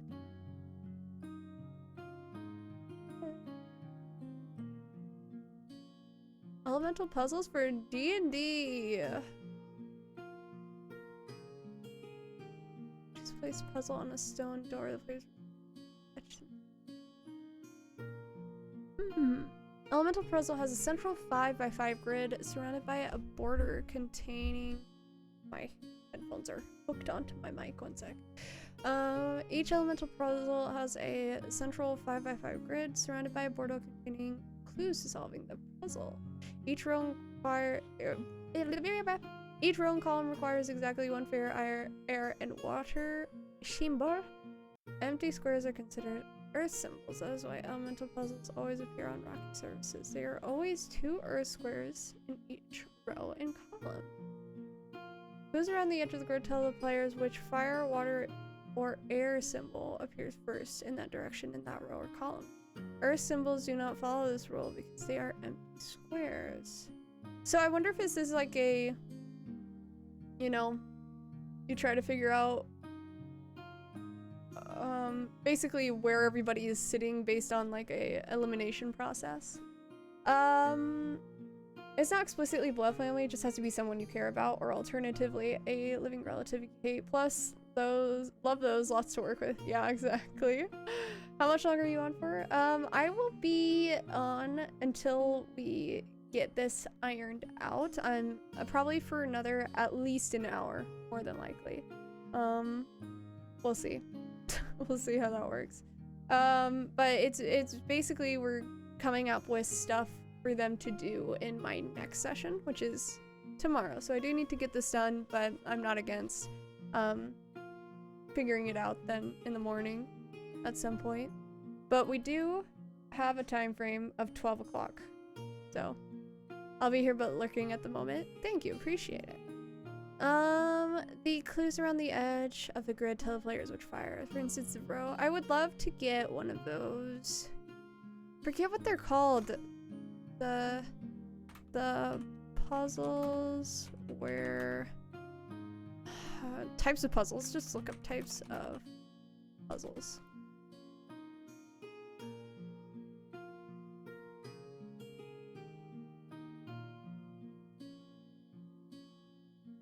Codebreaker, cryptogram puzzles, they usually form short piece of cryptotext. Puzzle games, there are many different types of puzzle games. There's the, I forget what they're called. The type of puzzle where it's like logic puzzles.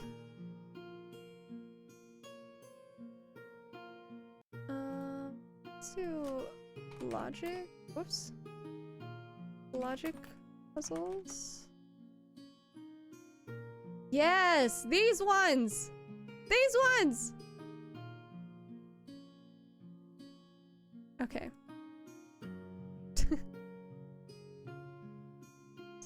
Let's do 4x6 and water it.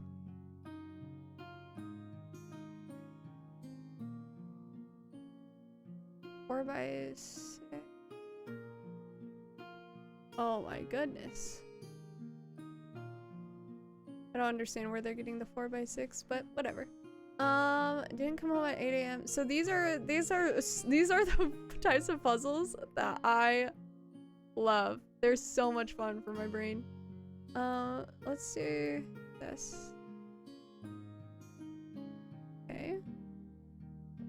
So maybe we'll do something akin to this.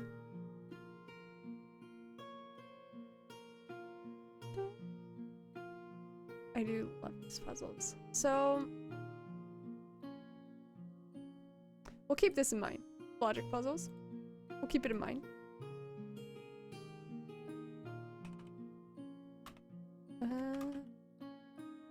puzzles.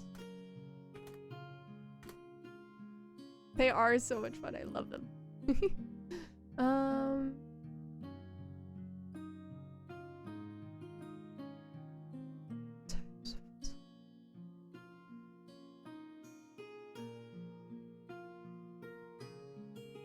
Puzzles any task which satisfies 2 properties. Cryptic puzzles. Found in quality puzzle hunts and escape rooms. Enthusiasts consider these challenges to be simply puzzles. Big puzzles.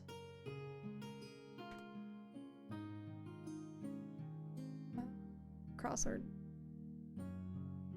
Oh, they are crosswords.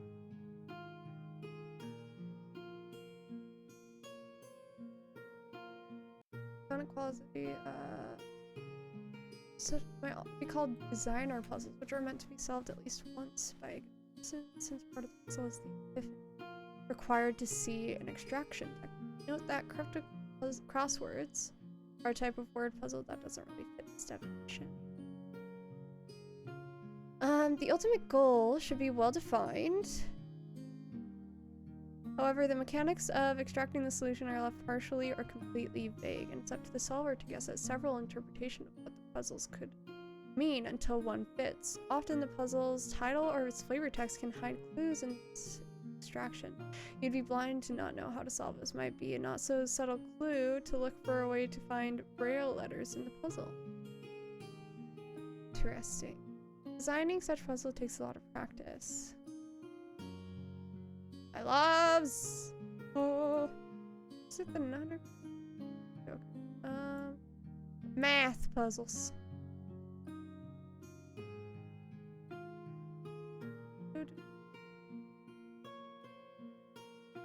Math puzzles are fun, but I don't know if I want to use them.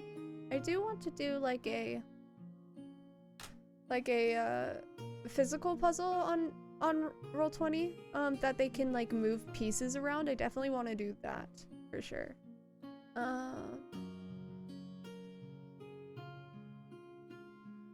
Let's look at cryptic puzzles D&D.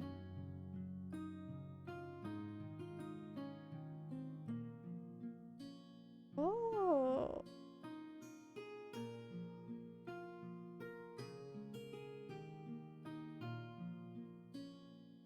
How will you get past the jump block? Gold, silver, and white.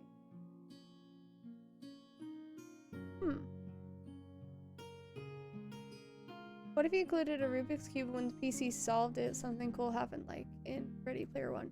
My players are in like different states from me, so we aren't playing in person, unfortunately. So it has to be something that I can do on Roll20 if I'm going to do something quote-unquote physical, even though it's virtual.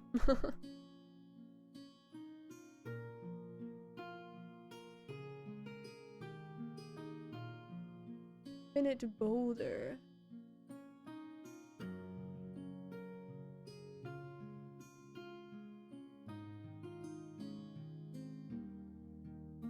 Stop. Right through you. Need to repeat at the top. Interesting. I don't think I like that one. And while you read, when the light of the full moon shines into the reflected pool, you shall be God. This is Avatar. Use a knife to aim.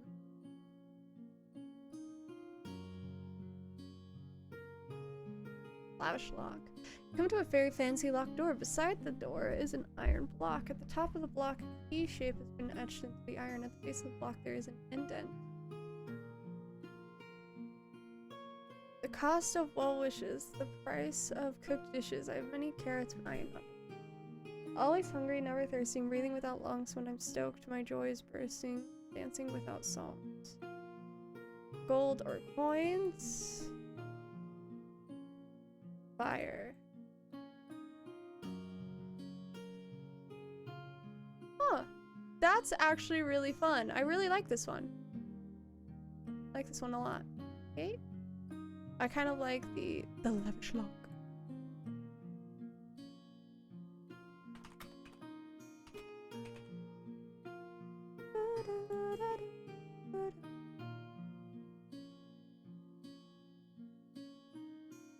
Password reset. It's just my job. When you reach the locked gate or guards, since you don't know the password, just reset it by answering the queen's password reset questions. The fountain. You enter a cylindrical room, its smooth wall reaching high above you. Water pours from a tall fountain in the center of the room and follows out through graded grates in the floor. Block drains so the liquid fills the room and swim to the top of the room. I kind of like this, actually. I like the idea of them having to block the drains in order to swim up.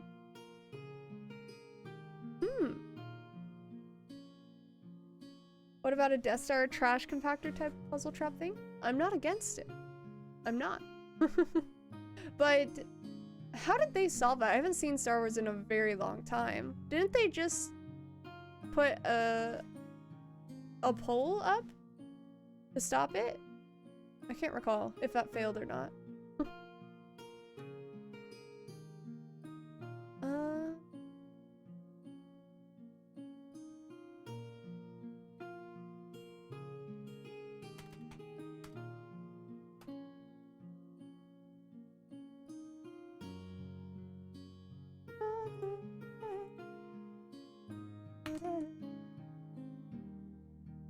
So maybe we do some riddles on a door, and this liquid is wine instead. We could make this, so we could do the puzzle from before, the one where it was a cipher instead. I don't really want to include a cipher personally, but we make it riddles instead of a cipher, and then they have to put wine in the cup. They have to put gold in like one place and silver in another place. I think that might be interesting. C-3PO and R2 stopped the crushing. That was just through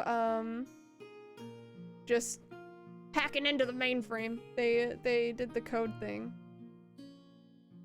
I don't know how well that would translate into a puzzle, but I assume you're just meaning the room is just crushing them and they have to do a puzzle in order to stop it from crushing them. So perhaps. Kind of like that, actually.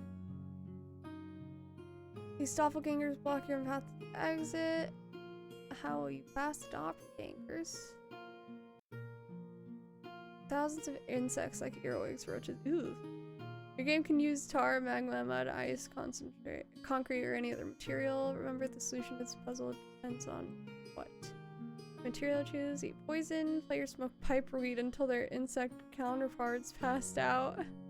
Environmental. If your doppelganger is made from ice, your players could start a fire. If your party comes up with another solution, go with it. I'm not against this. I'm not crazy about it, but I'm not against it.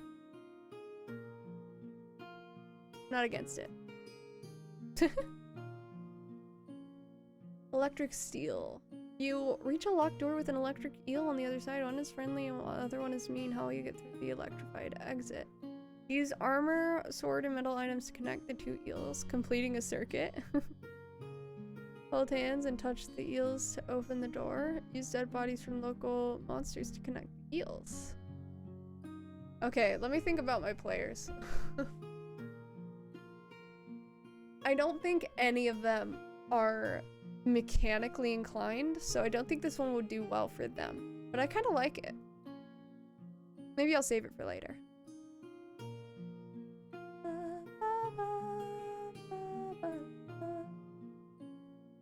You're at the foot of a raging waterfall. The cliff is too slippery to climb. You notice some dwarvish runes carved into the stone. Take a cup, fill it up. What goes down must go up. Drink a cup full of water from the waterfall. The waterfall will reverse direction, allowing you to ride to the top. As always, if players find another solution, go with it. This one's a little too... It's a little too obvious for me.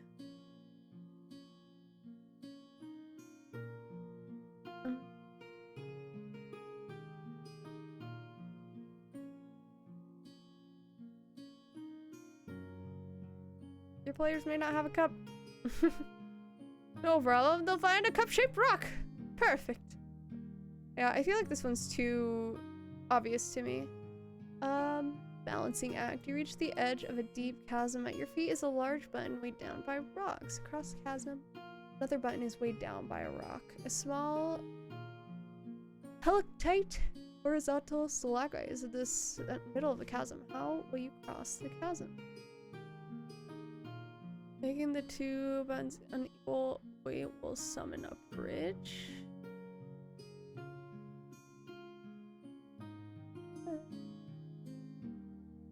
With a good perception check, your players can tell this is a fun little weight puzzle. Rocks on the near side weigh 3, 10, and 20 pounds. 27 pounds. Be sure that your cousin is too far to jump or teleport across.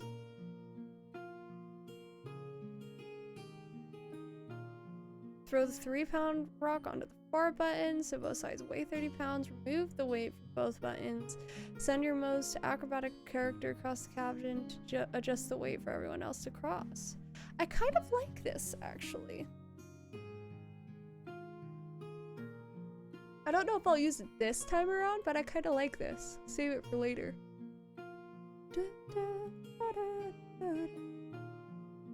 Lever launch. You reach a high wall. Before you use a plank resting on a fulcrum. Above is a heavy chandelier on a thin chain. How will you get up the wall? Destroy the chain and launch yourself. They can just climb up it.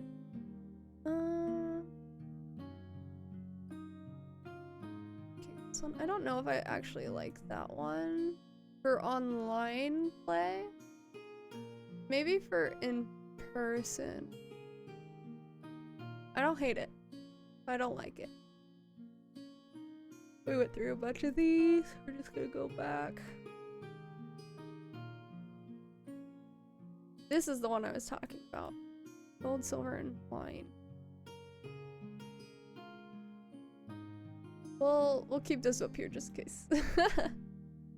Donnie Deltoid. Bring Donnie Deltoid, the deadliest weapon!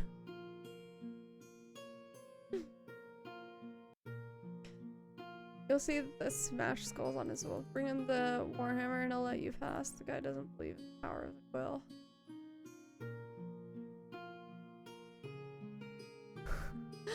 This is funny, but I don't know if I would rock and roll with that one. Knight's Pass. Checkered floor. Engraved on the wall are the words, cross this floor only as a true knight can. How will you get to the door across the platforms?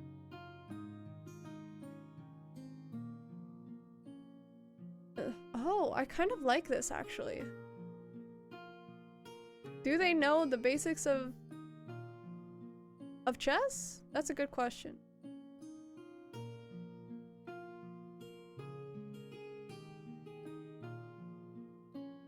Interesting. I'm intrigued by it. I'm intrigued by it. This is a pretty cool site. Yeah, I'm actually here. I'll toss it into chat so it's a little bit more accessible for you. Yeah, I think this is pretty cool. From your lock cell, you see a kitten start playing with the keys. It bats them off the wall and rolls around with them. How will you lure the kitten across the room to your jail cell? Try to convince the stubborn, indestructible kitten to bring you the key. I like this. I don't think I would use it in this situation, but I do want to keep that for later. Ancient history. Walking through the dusty corridor, you come across an old wizard. Rocking chair. Not so fast, you youngsters. Thank you for sharing. I'll be checking this out. Yeah. I think that these are like simple enough that they're useful in D&D, but still complicated enough to take up a bit of time. He pulls out a wand and summons a magical cobweb.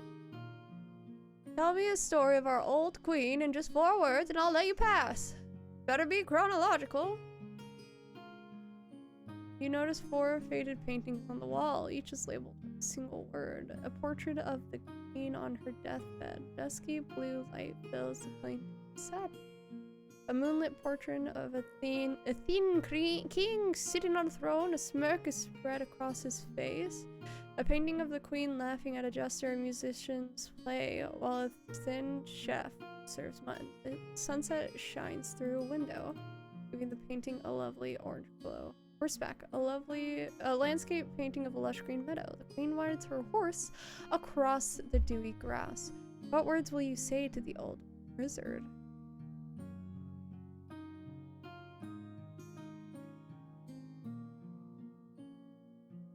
Blue light.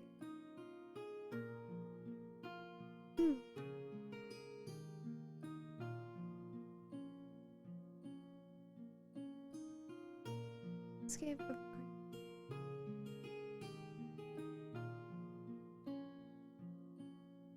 horseback, mutton, sorrow, throne. I kind of like this idea. Maybe they have to. I like this idea. I just don't like the prompts. I think they're weak.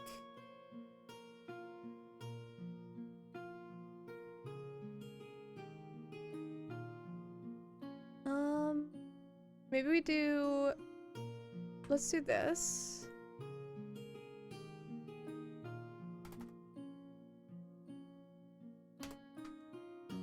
Tell the story of our old queen.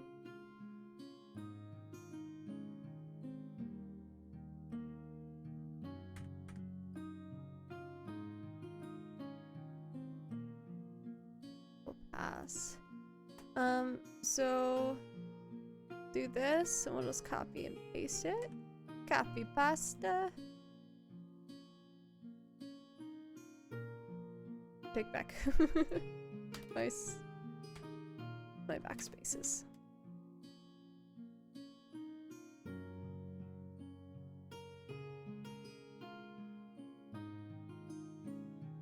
Okay.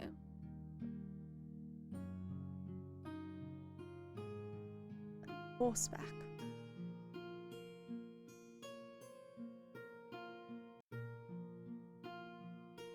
Ancient and mysterious. Ooh. Okay. Yay, colors! Woo!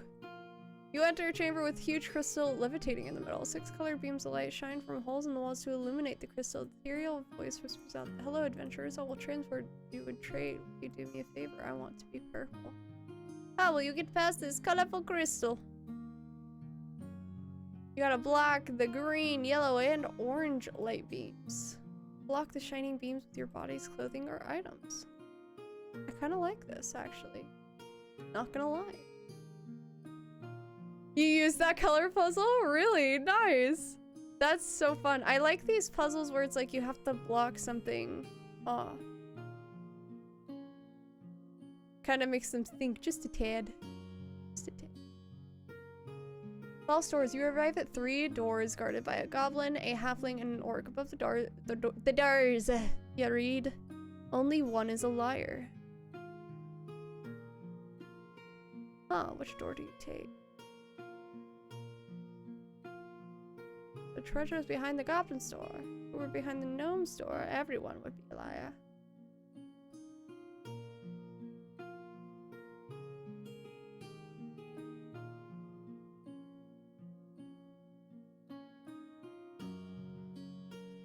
Okay. Sorry folks, no treasure behind my door.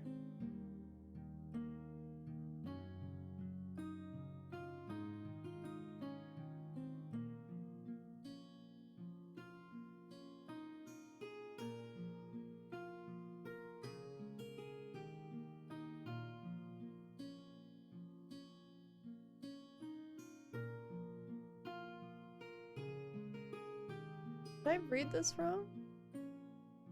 Oh, only one is a liar. I was like, only one is telling the truth. My brain did not compute.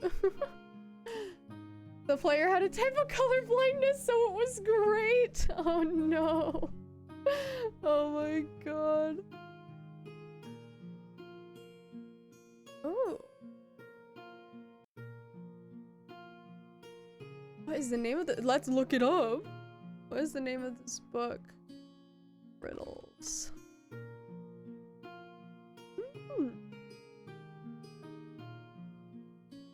PDF, perhaps?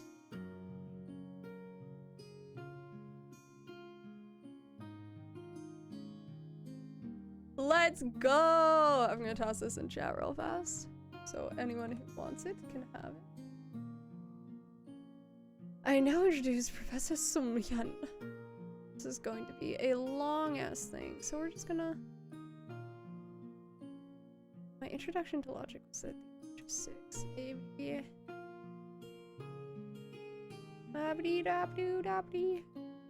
Puzzles and monkeys. Picture am I looking at? Extremely popular during my childhood. Today it seems less widely known. The remarkable thing about this problem is that most people get the wrong answer but insist that they are right. I recall one occasion about 5 years ago. A man was looking at a portrait. Someone asked him, whose picture are you looking at? Brothers and sisters, how I none, but this man's father is my father's son.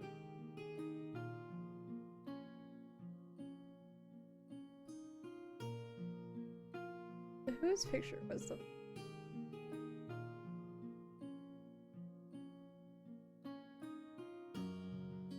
This man's son is my father's son. Cannonball hits. These are interesting. Do they have answers for my brain to not have to figure all this out?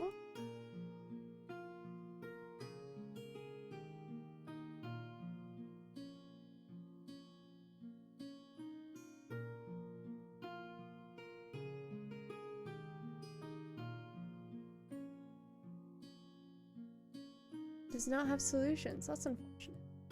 Maybe I'll go over this later when I have more time. Shall see.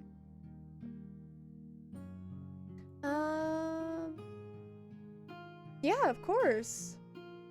I like a part of this is for me, but like given the fact that like everybody is just trying to make their players have a fun game, it's also important for me to share the resources that I have as well. So speaking of resources, actually let me give you guys the link to my D&D resources. My D&D resources.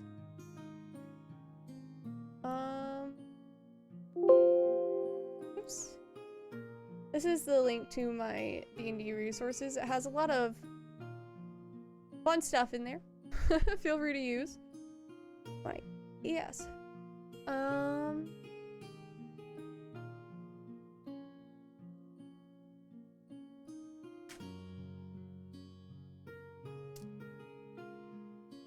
Thanks.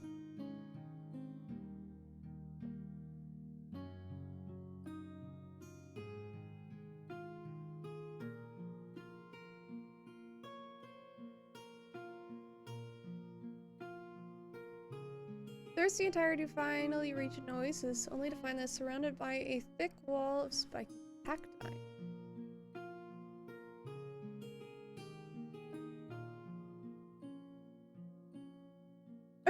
Most of these are just straight up taken from Avatar: The Last Airbender. What is this?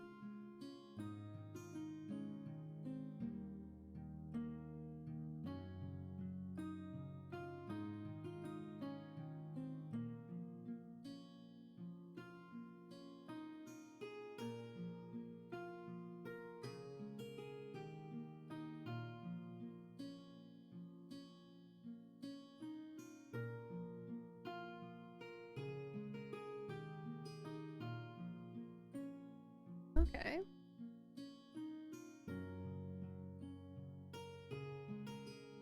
We'll see if my players actually know this one. They probably will, is my guess.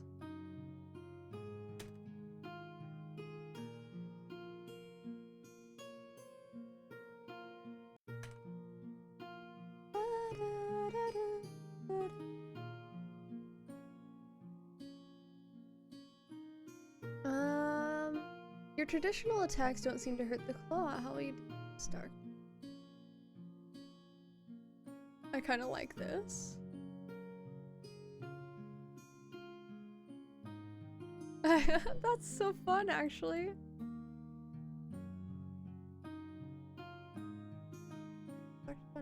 How are they meant to solve these riddles? How will they be presented to players? I think it depends on what the riddle is. For these ones, for this session that I'm planning for, it's going to be a dungeon crawl type thing, but instead of fighting stuff, it's gonna be riddles. So, yeah, it's gonna be fun. It's gonna be fun.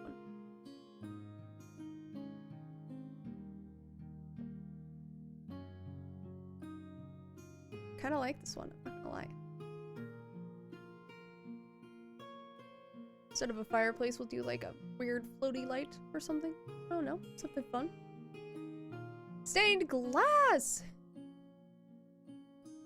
In the glass, where do you see her dancing, playing music, writing poetry, and pouring wine? In front of each window is a column with an item on it. How will you summon this goddess to help you?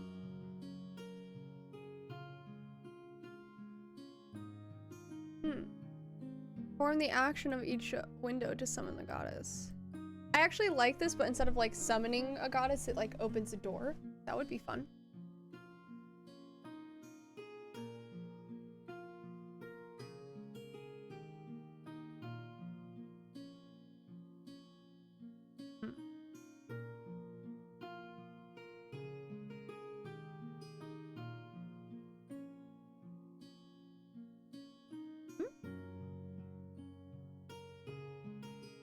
All right.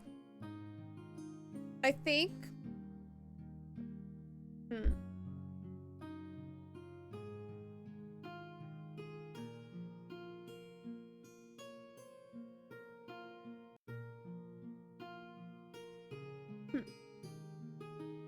See, I like puzzles like this, so I don't like how this one is presented at Siege.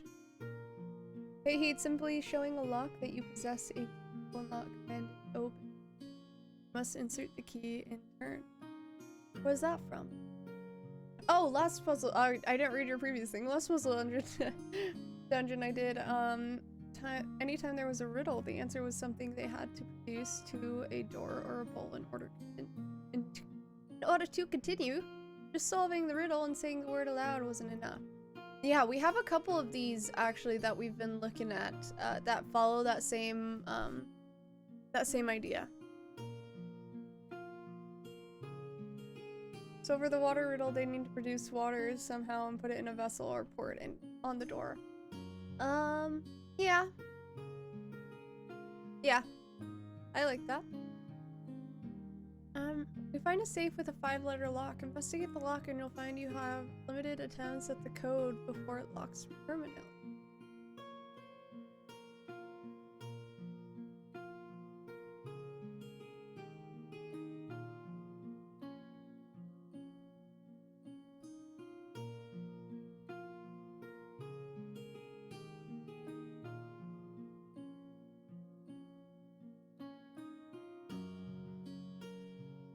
I don't dislike this. I do like this riddle. So we're just gonna take the riddle.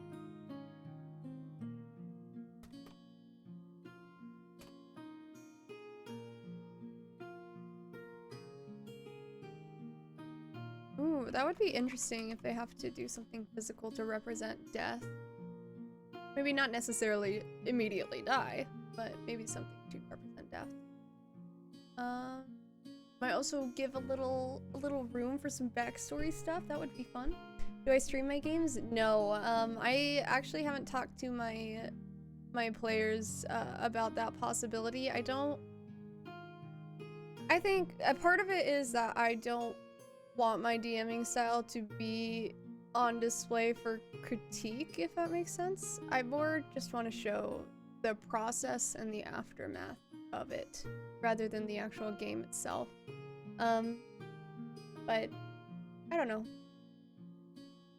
I want to world build, tell a story, and play games. Why not do all three at once? Welcome, Xanderfell. I like that. I like that.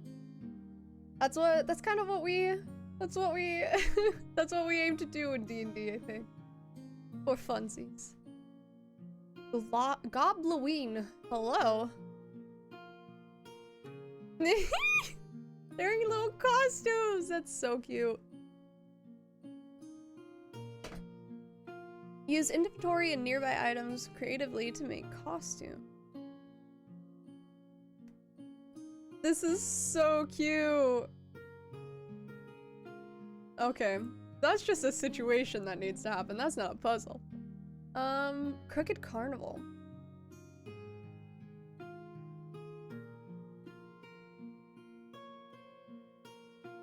How will you beat the unwinnable? Rigged games. 3 goblins in a trench coat. You're right. You're right, and you should say it. Notes for the dungeon master. This one's boring. Sorry. Stubborn as a rock, you find a sealed stone door with a raised tile in front of it. Putting any weight on the tile lifts the door, but it slams shut when weight is taken off. Next to the door sits a large rock.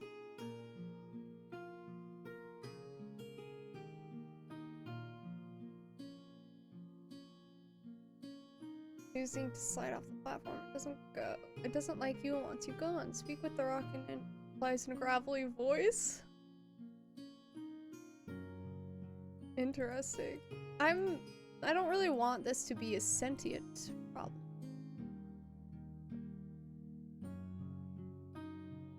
Personal. On the mend bar. Okay, so my brain is slowly checking out, so I think this is the last one that we're gonna look at. As you explore, you find shards of metal, torn paper, and broken gems. Putting them together, you realize they form 3 objects. How you put objects into a dungeon master. Some items, cut them into real jigsaw puzzles. I don't know if I can do that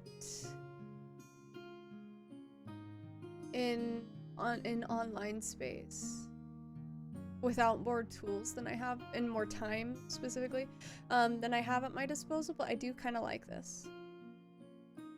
Maybe I'll do it in the future. Okay, so, 3 goblins in trench coat. Gobloween, the return of Gobbly Myers. In my last adventure, there were 3 dwarves in a trench coat. It's fun. Season of the Hag. PCM, welcome, welcome. Hello, we are just looking at little fun, problems for them to solve, aww, riddles for them to solve, puzzles, if you will. IB here, nice, nice. So we've kind of gone over some fun puzzles that I think we can use. I do like this one, I just don't think I'll be able to use it. Also, if you, later on at least, when you go back in the VOD, there's some links that I tossed in chat for anybody who likes to use them. A couple are the riddle sites that we're using, as well as this little book. And on top of that, I also put in a link for the Google Drive that I have, that everyone can, go ahead and access. There's a lot of stuff in there. There's maps. I haven't updated it in a while, I'm not gonna lie. But there is a lot of stuff that you can use in there, including like modules and books and things. You didn't hear it from me though. Yeah, so I think what we're gonna do now, okay, I want to ask, oh, thank you guys. I appreciate it. I love the D&D community. There's nothing like people talking about the things that they love. It makes it so much fun. Everyone's just having a good time. But so I have a question. Do you guys want to talk about actually implementing these puzzles now that we've kind of gotten a couple and like narrowing down which ones we're gonna actually use? Or do you guys want to talk about implementing lore within this dungeon that we're gonna make? What would you like to do on this fine days? Or perhaps both. It just might take a little longer. I do only have an hour and a half before I have to work, so just a heads up. Not up to me. I don't want to make the decisions. I'm going to be doing this anyway. I got to do both, so it's just a matter of what you guys actually want to do while we're talking, while we're chatting. So.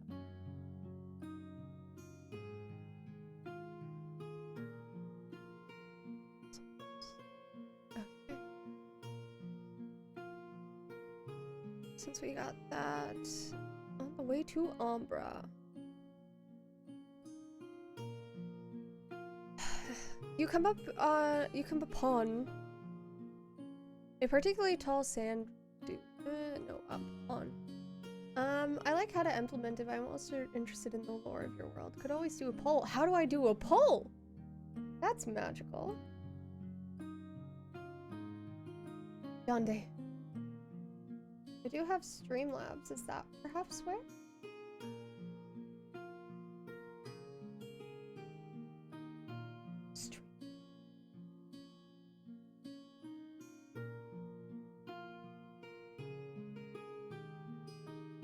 Okay. Let's take a look.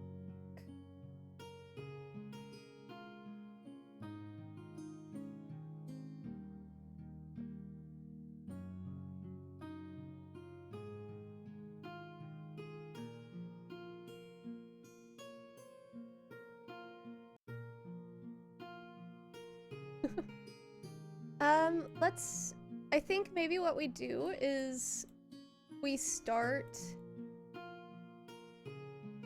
start doing some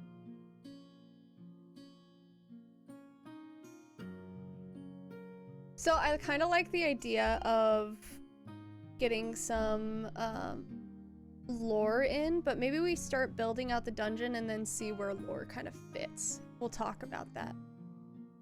How do you feel about that? I think that'll be fun.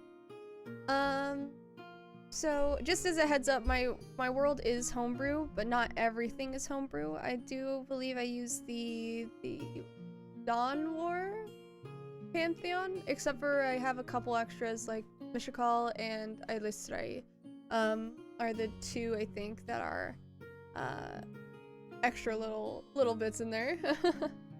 Yeah, that's kind of how I did my first dungeon. Yeah, let's rock and roll with it. So some cases. So for the entrance, so I do want there to be,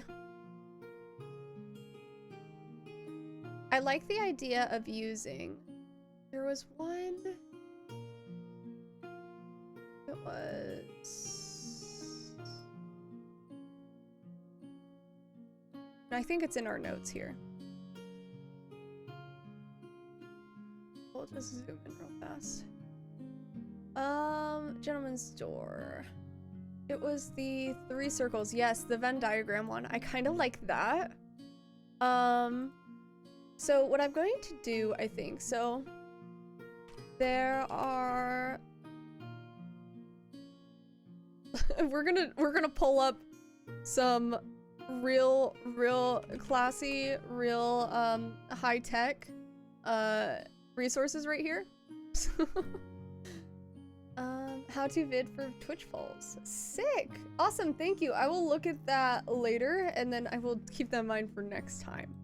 And then we'll see how to, we'll get that figured out, and then we can explore a little bit more. So I kind of don't want to do circles. I kind of want to do rhombuses. But we need to do 4. Okay, never mind. So, perhaps hexagons? So maybe we do this. Oh, you know what I can do? I could do... do this. Copy. Faster. Faster. Shit. I forgot how un-high-tech this is. So maybe we can do... this. Be fun. Start doing... getting real high-tech up in here.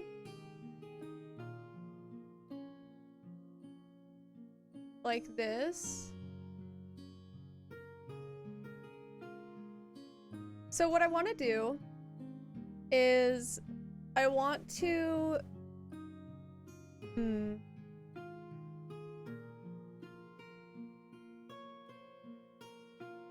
What I want to do is,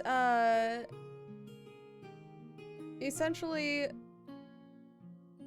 I want it to be earth, fire, air, and water. So these are going to be, like, we'll do earth is green. We'll do air is yellowish. And then we'll do water is blue. So this is kind of what I want. I want them to basically discuss amongst themselves which of the 4 of them is most akin to those elements. So hear me out, hear me out, hear me out, hear me out, hear me out. We did, on this thing, there is a little descriptor of people, like, using descriptions of the 4 different elements. So maybe somebody who is...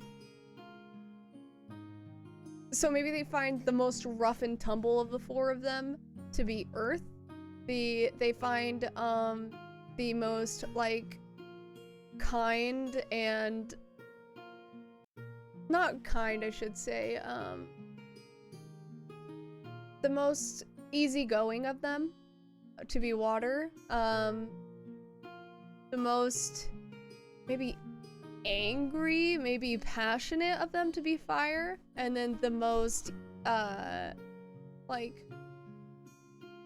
freedom seeking to be air. Something like that, I think it would be. I think that would be a lot of fun. So let's do, I pressed F11. Let's do traits associated with the 4 elements. 4 elements. Websites. Never mind. Characteristics of each element. Oh, we're talking about chemistry here. We don't want that in our D&D game. Who asked? Phlegmatic. How to convey that in D&D. Press X for awesome. Do you mean how to convey the 4 elements, or how to in this specific puzzle, or how to convey that's my question. What do you mean exactly? The most, like, stoic to be water? I don't know if that word means what you think it means. 1 second. Unemotional and stolidly calm disposition. Isn't that usually... Wouldn't that be more associated with Earth? I don't know. Maybe I have a messed up view of the elements in my brain. Represent and people! Perfect! Oh my goodness.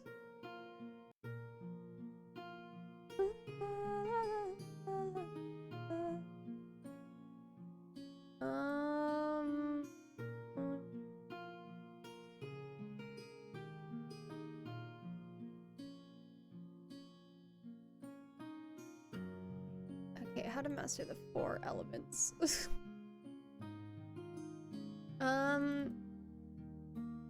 This is not what I'm looking for. I'm looking for a very surface level, like, astrological sign BS type situation. Fire, energetic and passionate. This is closer to what I'm looking for. Air, curious. Okay, this is more of what I'm looking for. Okay. Alright, awesome. So let's hippity hop this to the side, hippity hop this to the side. Let me change the view so this is easier for you guys.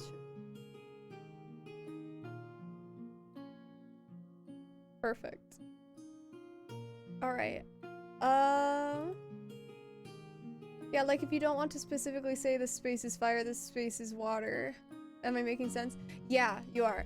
I was actually thinking like there could be grass that is just slightly growing through the sand in this earth space. In the water space, the sand is just ever so slightly damp. In the fire space, it's almost like the sun is drawn to that space. And in the air space, maybe there's like little wisps of swirls in it or something. I don't know. I just realized been up since 11 p.m. last night and haven't slept. Yeah, it's 10:30 p.m. Yeah, that sounds about right. Well, good night. Have a good sleep. You should sleep. It's good for you and your soul. So I hope you have a good one. Thank you for joining us. It was fun. But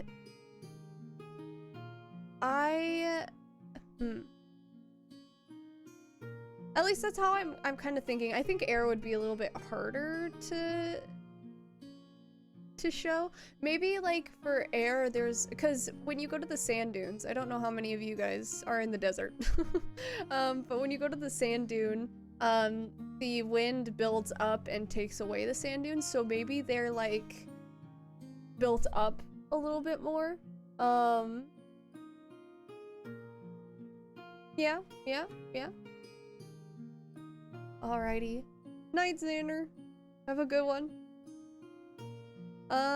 So I was thinking maybe just but I'm the only one who's from the desert in this group.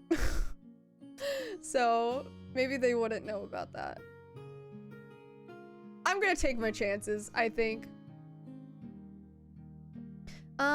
So what I want is, so basically they're in a Venn diagram of 4 spaces.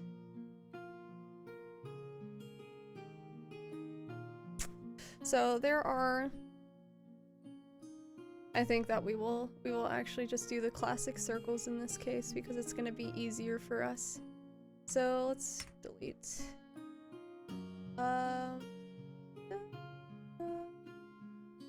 Oh no, I don't want that. I want it. So we'll do 1, 2,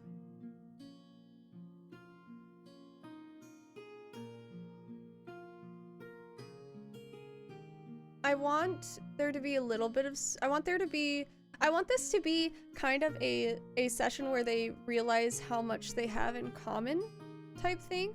So I do want there to be overlap in them.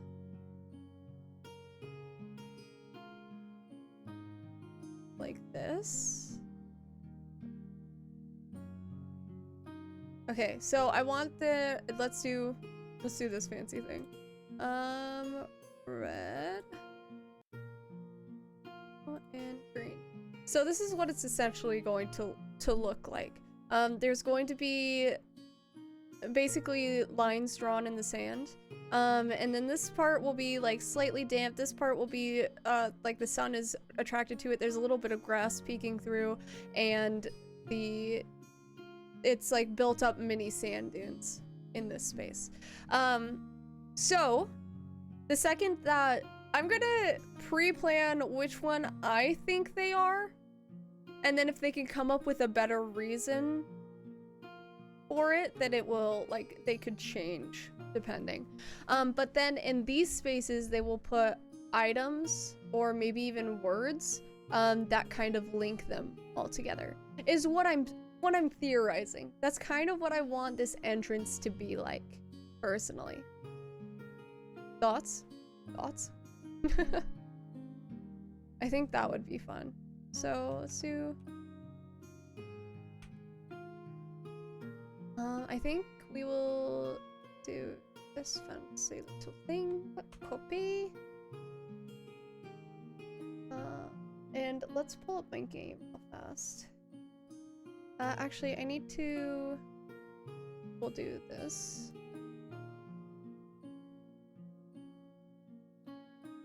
We'll save this, actually. PNG, perfect. area groups to call. NPC, since I gave me roll 20. NPCs new. We'll do puzzle pieces.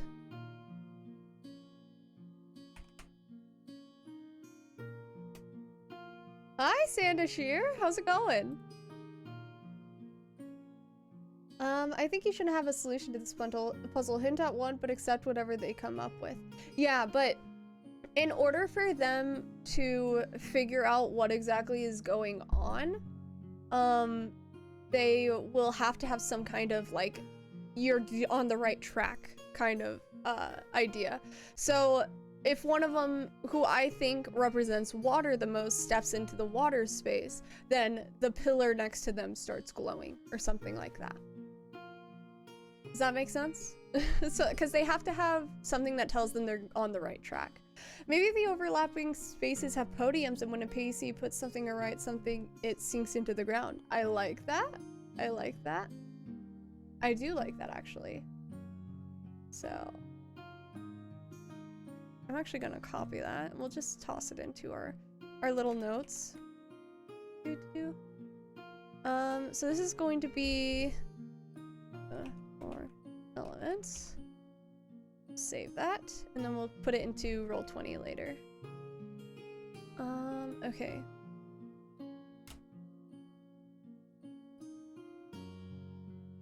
As you get closer, you see 4 circles drawn into the ground.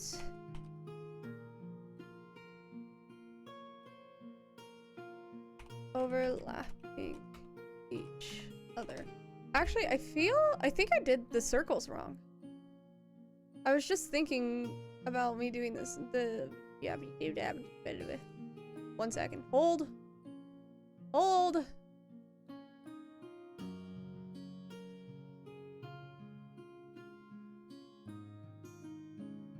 This is the wrong thing. This is the right thing. This is wrong. These need to overlap.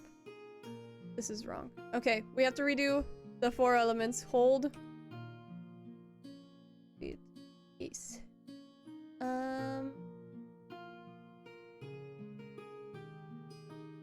Paint!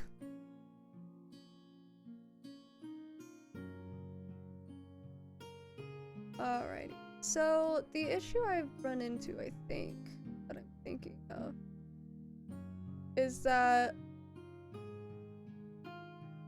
we're gonna end up having too many sections.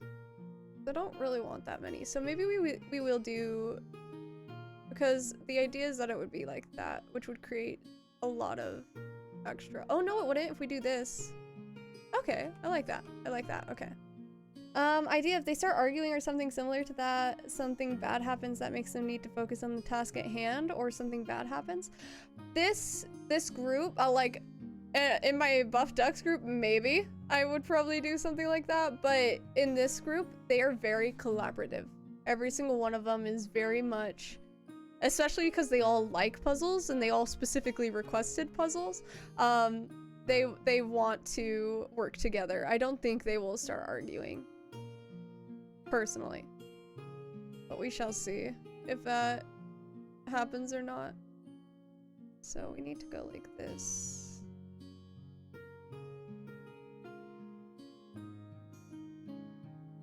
Yeah.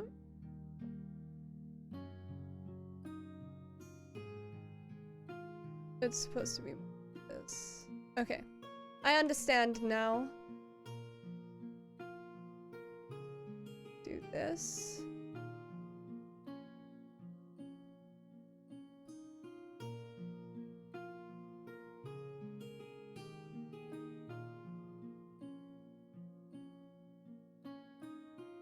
And one more. Yeah, see, this is the problem that I'm finding. Okay, there. Then we have a little sliver right there. This is terrible.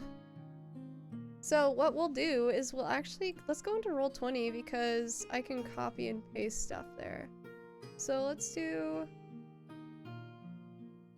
create a new page.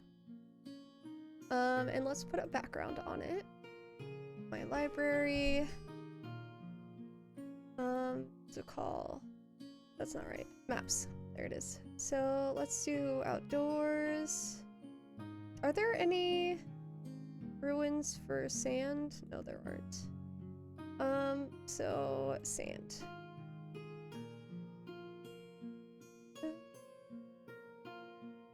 So we'll just do a sand background. Oh, shit. Let's do map and background.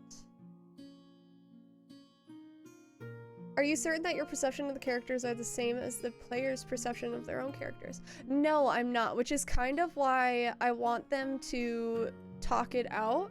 And then, like, if my perception of the characters is not reality, then the answers will change, if that makes sense. So I'll have 4 ideas of what I think they should be, and then if they end up creating like different arguments, so one of them steps into the circle that they belong to and it starts glowing or what have you, then they'll start talking and being like, oh wait, if you match this section, maybe you max this section, and then it will just change based on what they say. Does that make sense? Okay, so what we're gonna do is a circle.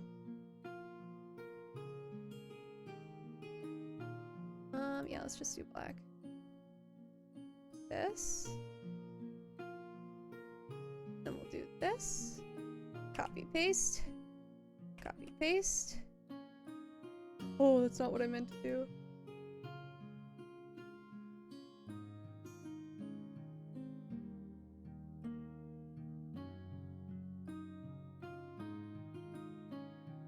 Perfect, okay. I thought I copied it, pasted it. Bro. Chill! Stop. There we go. Okay, and then one more. Wow.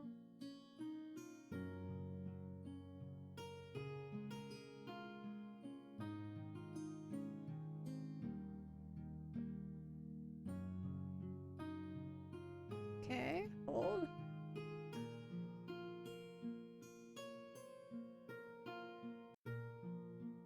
There we go. Perfect! The puzzle. Behold.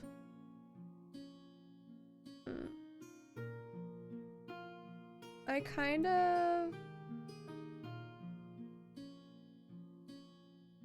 Here, we'll do this.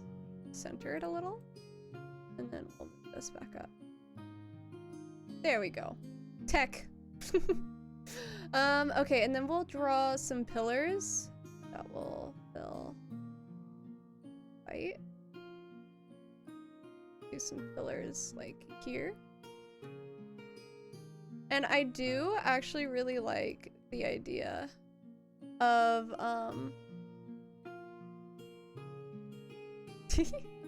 tiny circle. I do like the idea of the pedestals in the middle, like on each of the sections being separate things. Hold. There we go, that's better. So we'll do pillars for the like main sections, and then we'll do pedestals for the itty bitty bits. So let's do square. Perfect. Okay. Let's do square and we'll do it in a gray. Perfect.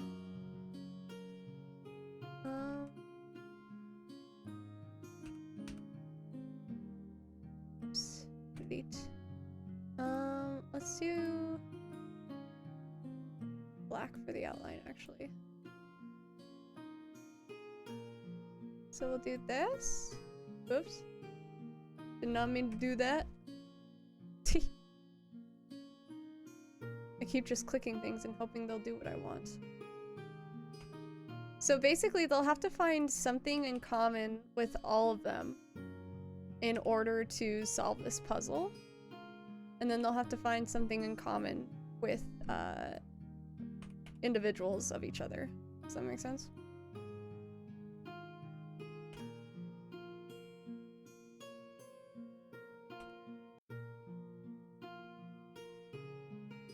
Perfect. Kind of like it. I put this in the wrong place. Delete. Lovely. Okay. So, let's go ahead and actually write up this little dungeon that we have here. Don't save. Perfect. Sick! This is so fun. All right, so take a look.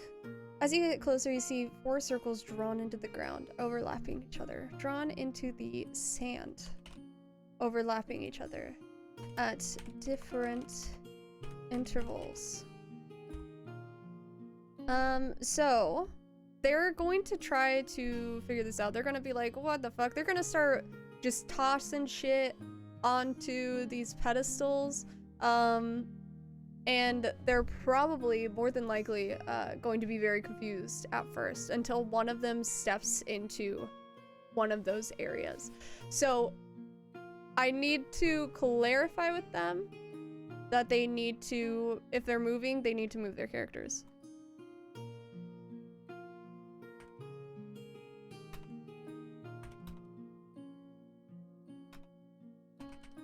They need to move their physical character.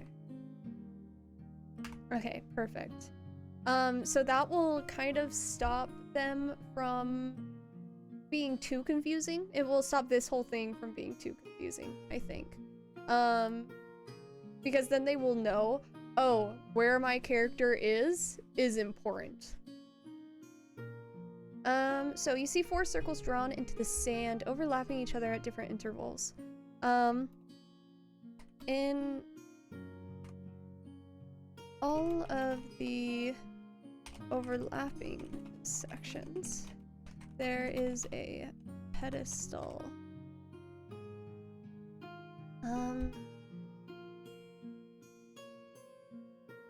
So part of me doesn't, I want them, the idea is that, so these 3 would have to find something in common, these 3 would have to find something in common. These 3. Oh wait, do they all overlap? No, it'd be these 3 and these 3 would have to find something in common.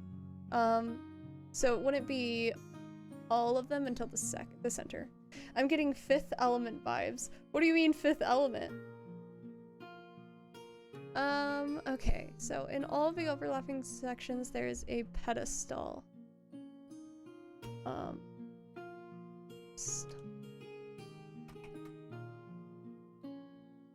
Sandstone. Have I ever seen a sequel? The answer is no, not really. I am, actually 80 years old. All of the old people hate me, all of the young people hate me. Never seen anything. There's a pedestal made of sandstone. All of over there are pedestals made of sandstone. So that's the greatest part, but I don't want to make sand on sand colored, sand color on sand color. Behind the main sections of each of the circles, there are...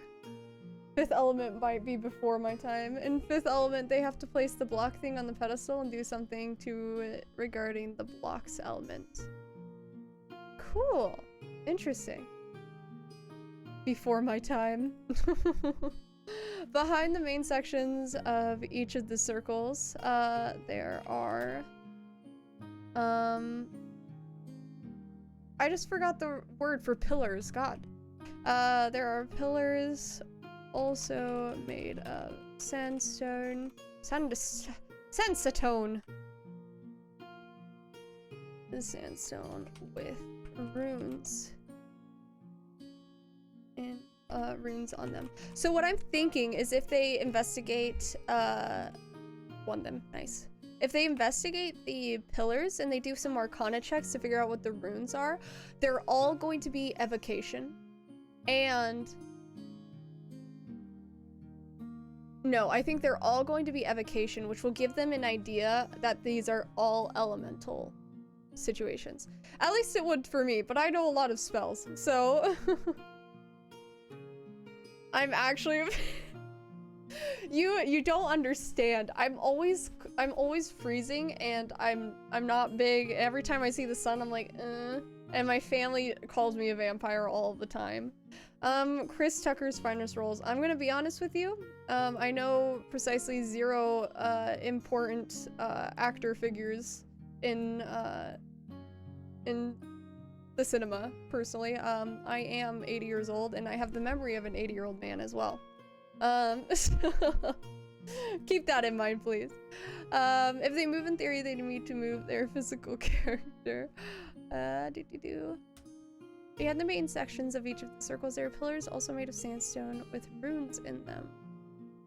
Clarify if they move in theory. Alright, so if they investigate the runes, they are all evocation, for one. Which will kind of, hopefully, will make a hint of them to understand that these are elemental type situation. Let's take a look here. Yes, 3 of them are spellcasters, only 1 of them is a non-spellcaster. This is not right. This is right. Okay. So, let's do... There's only 3! No, there's 4. Perfect. So let's take a look. First, let's figure out where our elements are. So I kind of, is there a GM inflow overlay? Let's fucking go. So let's do text.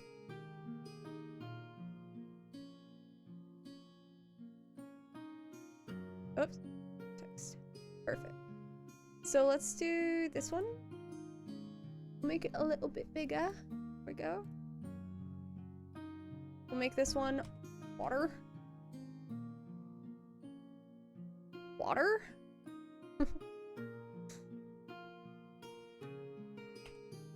We'll do this one. Fire. And we'll do...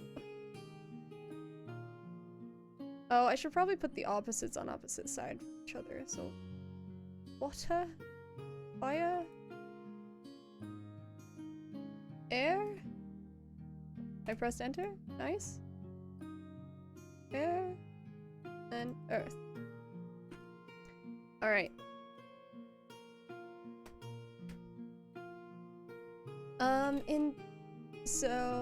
In the main section,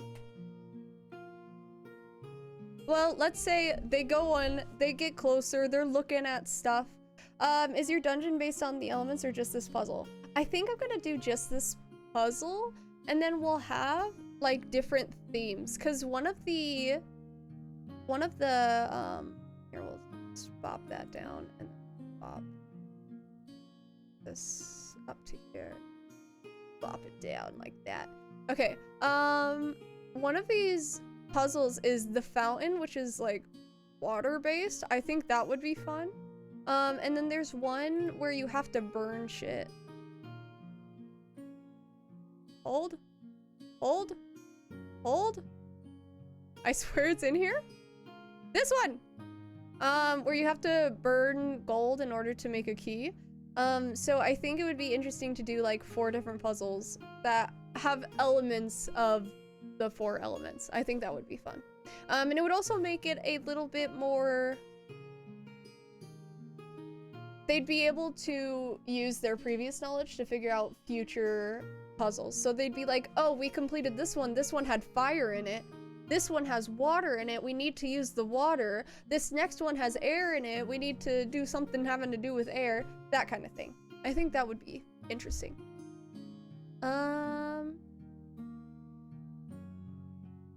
We have an hour, a little less than an hour before I have to go. So let's rock and roll with this.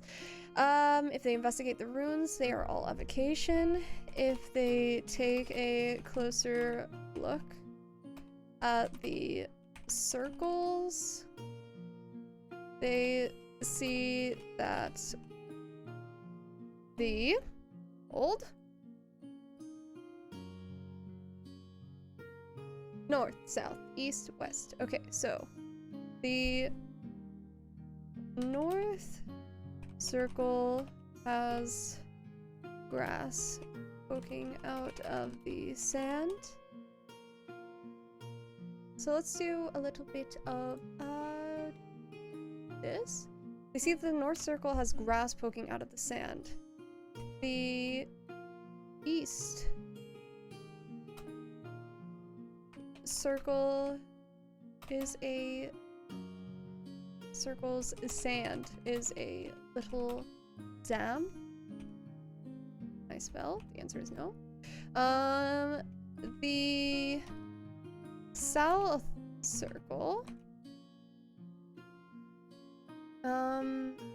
has many sand dunes in it. Hopefully they'll be able to be like, oh, the air moves sand around and that makes dunes. Hopefully. We'll see. And the west circle seems to draw the sun to it and is hot to the touch. Perfect. Will they see the sand moving? I don't know if I want the sand to be moving because I feel like that will be a little too on the nose. Maybe if they like investigate closely, they'll see it moving. But otherwise, I think just at first glance, they won't. So, let's do if they look closer, they will see the sand moving. Perfect. All right. Okay. So, the pedestals. Yeah, pedestals. If they put something either linking them to the person they share the link with,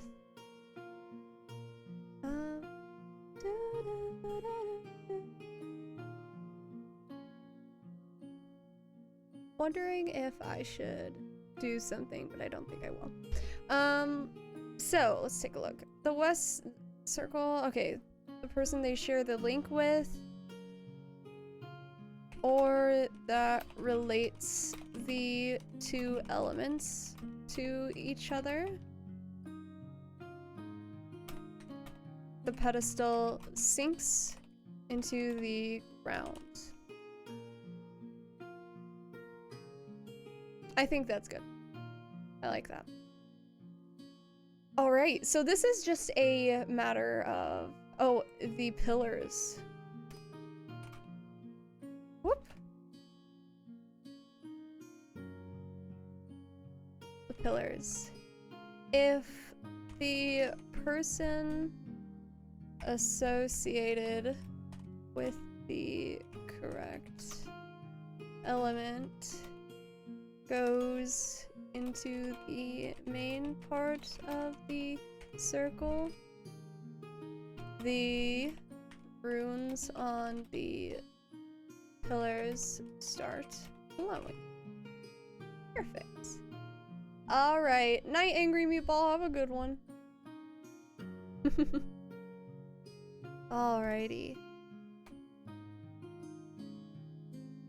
I am gonna be honest, I'm running out of steam. It takes a little bit for my brain to communicate with other people, and it does take a little bit out of me. So we may, I think we'll aim for like 11:30. It's 11:10 right now. Yeah. And then we will call it a night. See where we'll go in the future. And I guess I'll let you guys know next week how this goes. So, alrighty. So we've got this first puzzle figured out, which I think will be fun. So let's do puzzle 1. Let's do the cave of the elements. Puzzle 1. Tee! Perfect. Alright. Cave of the Elements. Puzzle 1 is done. Let me go ahead and get to the characters real fast. I'm on the wrong. Oh, Jason.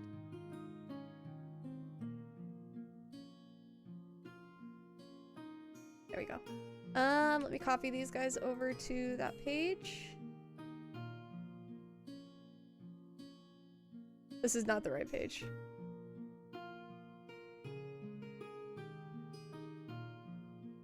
Delete these real fast. This is the wrong one. This is the wrong one! Old.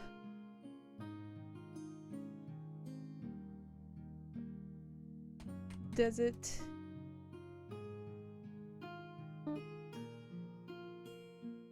Copy.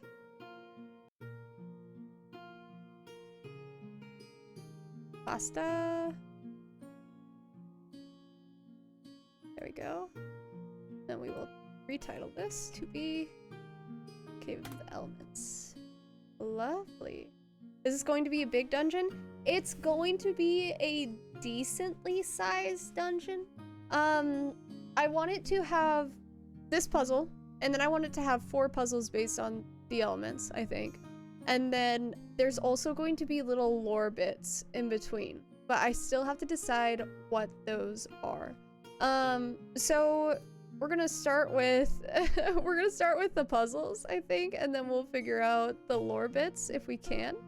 So this is going to be just puzzle 1 out of 5, assumably. So let's see.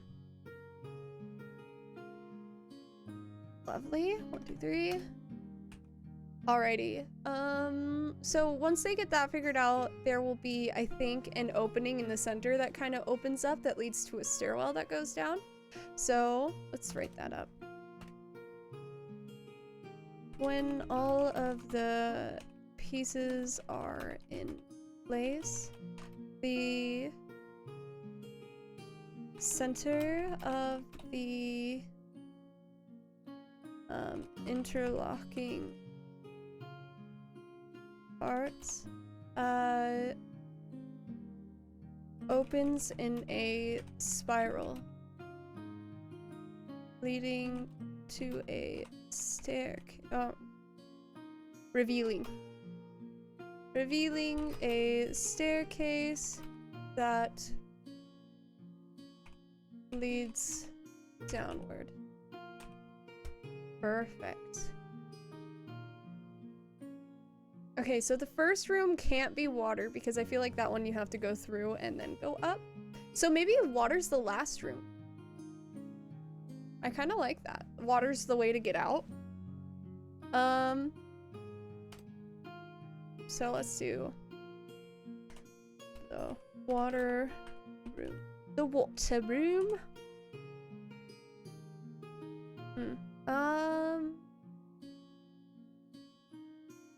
So in the water room, let's go to this puzzle fast.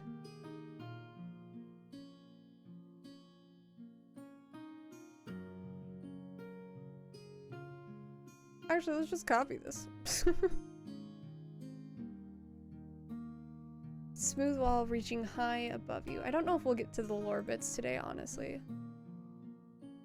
Water pours from a... We're not British here. Pours from a tall fountain in the center of the room and flows through grated drains in the floor. If they fail the water room, then the temple starts to fill and they risk drowning in the desert. Yeah, that'd be good. The water room, though, is so that they fill it up and, or sorry, they clog the drains and then they swim to an entrance at the top. So the goal is not to drown per se, but it is to fill up the room. Through grated drains in the floor.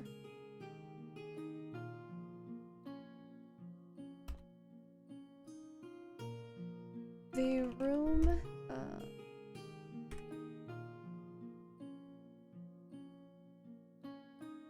you cannot see the top of the cavern, but you hear an echo of the water moving that bounces back through space. So they know there's a top to it. I like that. We kind of know the riddles on that front.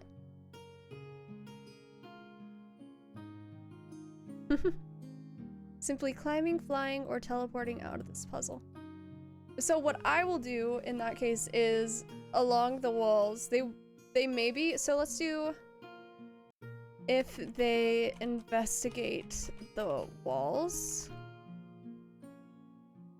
you see, so they could fly up and try to get out that way, but if they try to, they won't see the door. So the door will be revealed by the water reaching a certain height.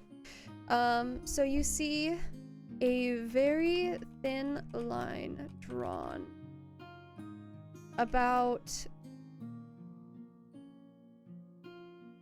let's do like 3 feet above head height.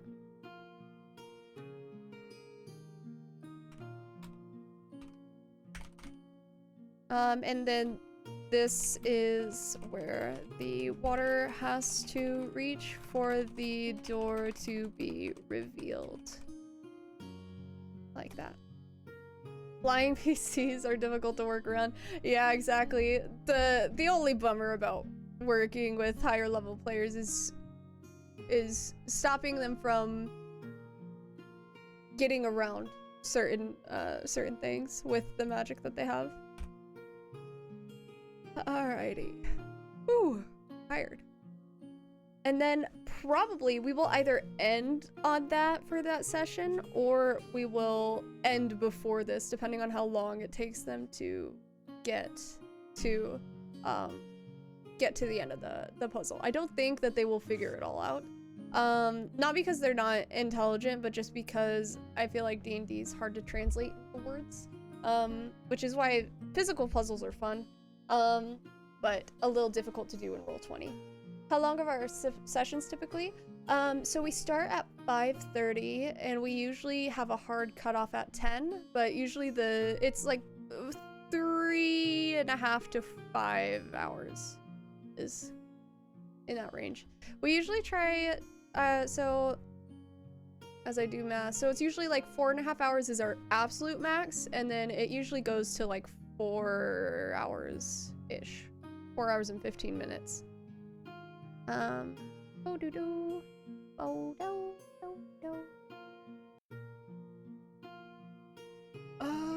okay. So, let's do gold. So, we did the water room is last. So, it has to either end on Earth or end on air. I kind of want to start with Earth. The Earth room.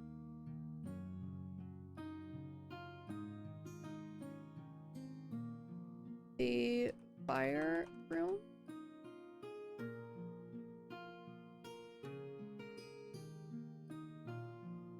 The air. Perfect. Lovely. Okay, I think that'll do. He thinks. Okay. Let's take a look. So for the earth room, well, we know what the fire room is gonna look like. This is it.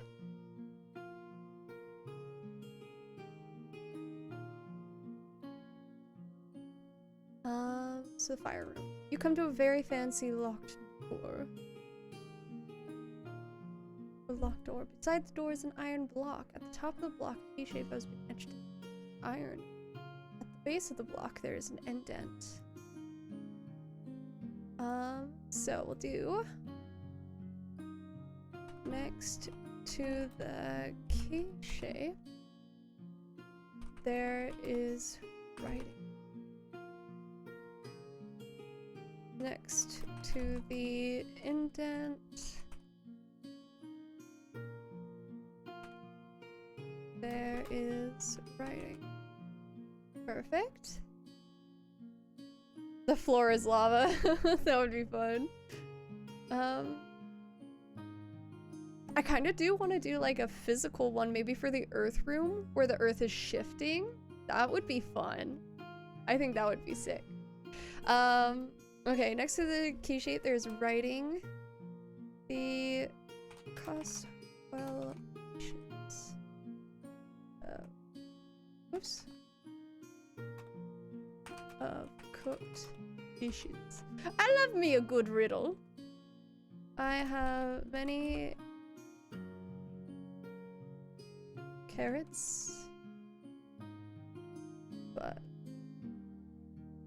I am not delicious. I kind of want to do this as spelled like that.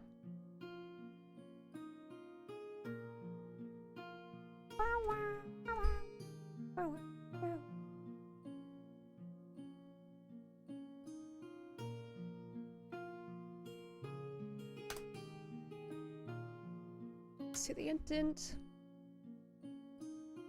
Always hungry, never thirsty. Breathing without lungs. When I'm stoked, my joy is bursting. Dancing without song.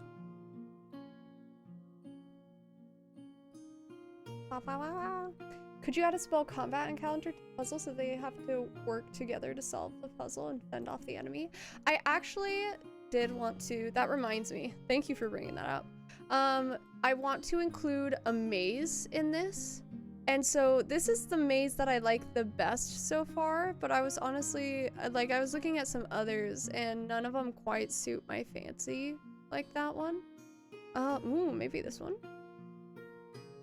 Anyways, I was thinking doing a maze with like dynamic lighting, and then they have to find their way to the center, which is where the water room will be. And then like different rooms have like different items and different combat, different lore pieces that we probably won't be able to get to tonight for one. But I was thinking that that would be really fun. I think it would also be really cool because maybe I could do some dynamic lighting shenanigans to so that they have to like draw out a map. They can't memorize it, or they could memorize it, but they can't like see where they've gone before. I think that would be really fun, honestly. So this is what I was thinking. Let's actually save this under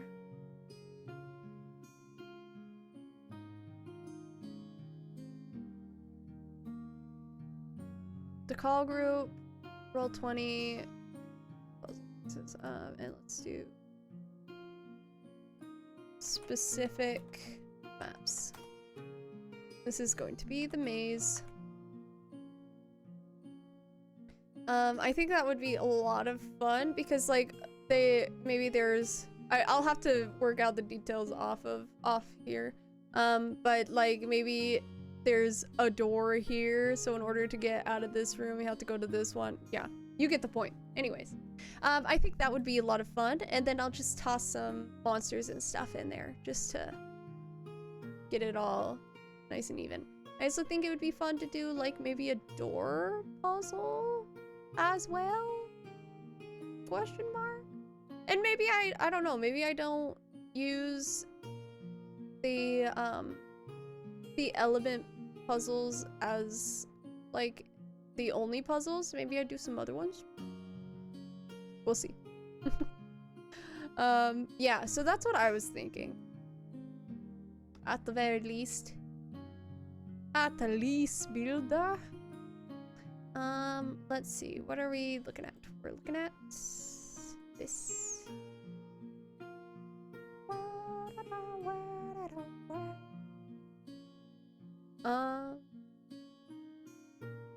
Perfect. Alrighty. Then the solution. Gold to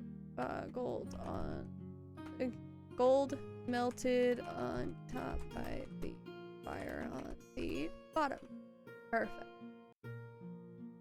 Just in case I forget. I don't think I'll forget between today and tomorrow, but maybe I will. The earth room. I do want to do a movement puzzle. Maybe like one of those puzzles where it's like if you move to a spot, like other pieces move away from you. That would be fun. We'll see. Okay.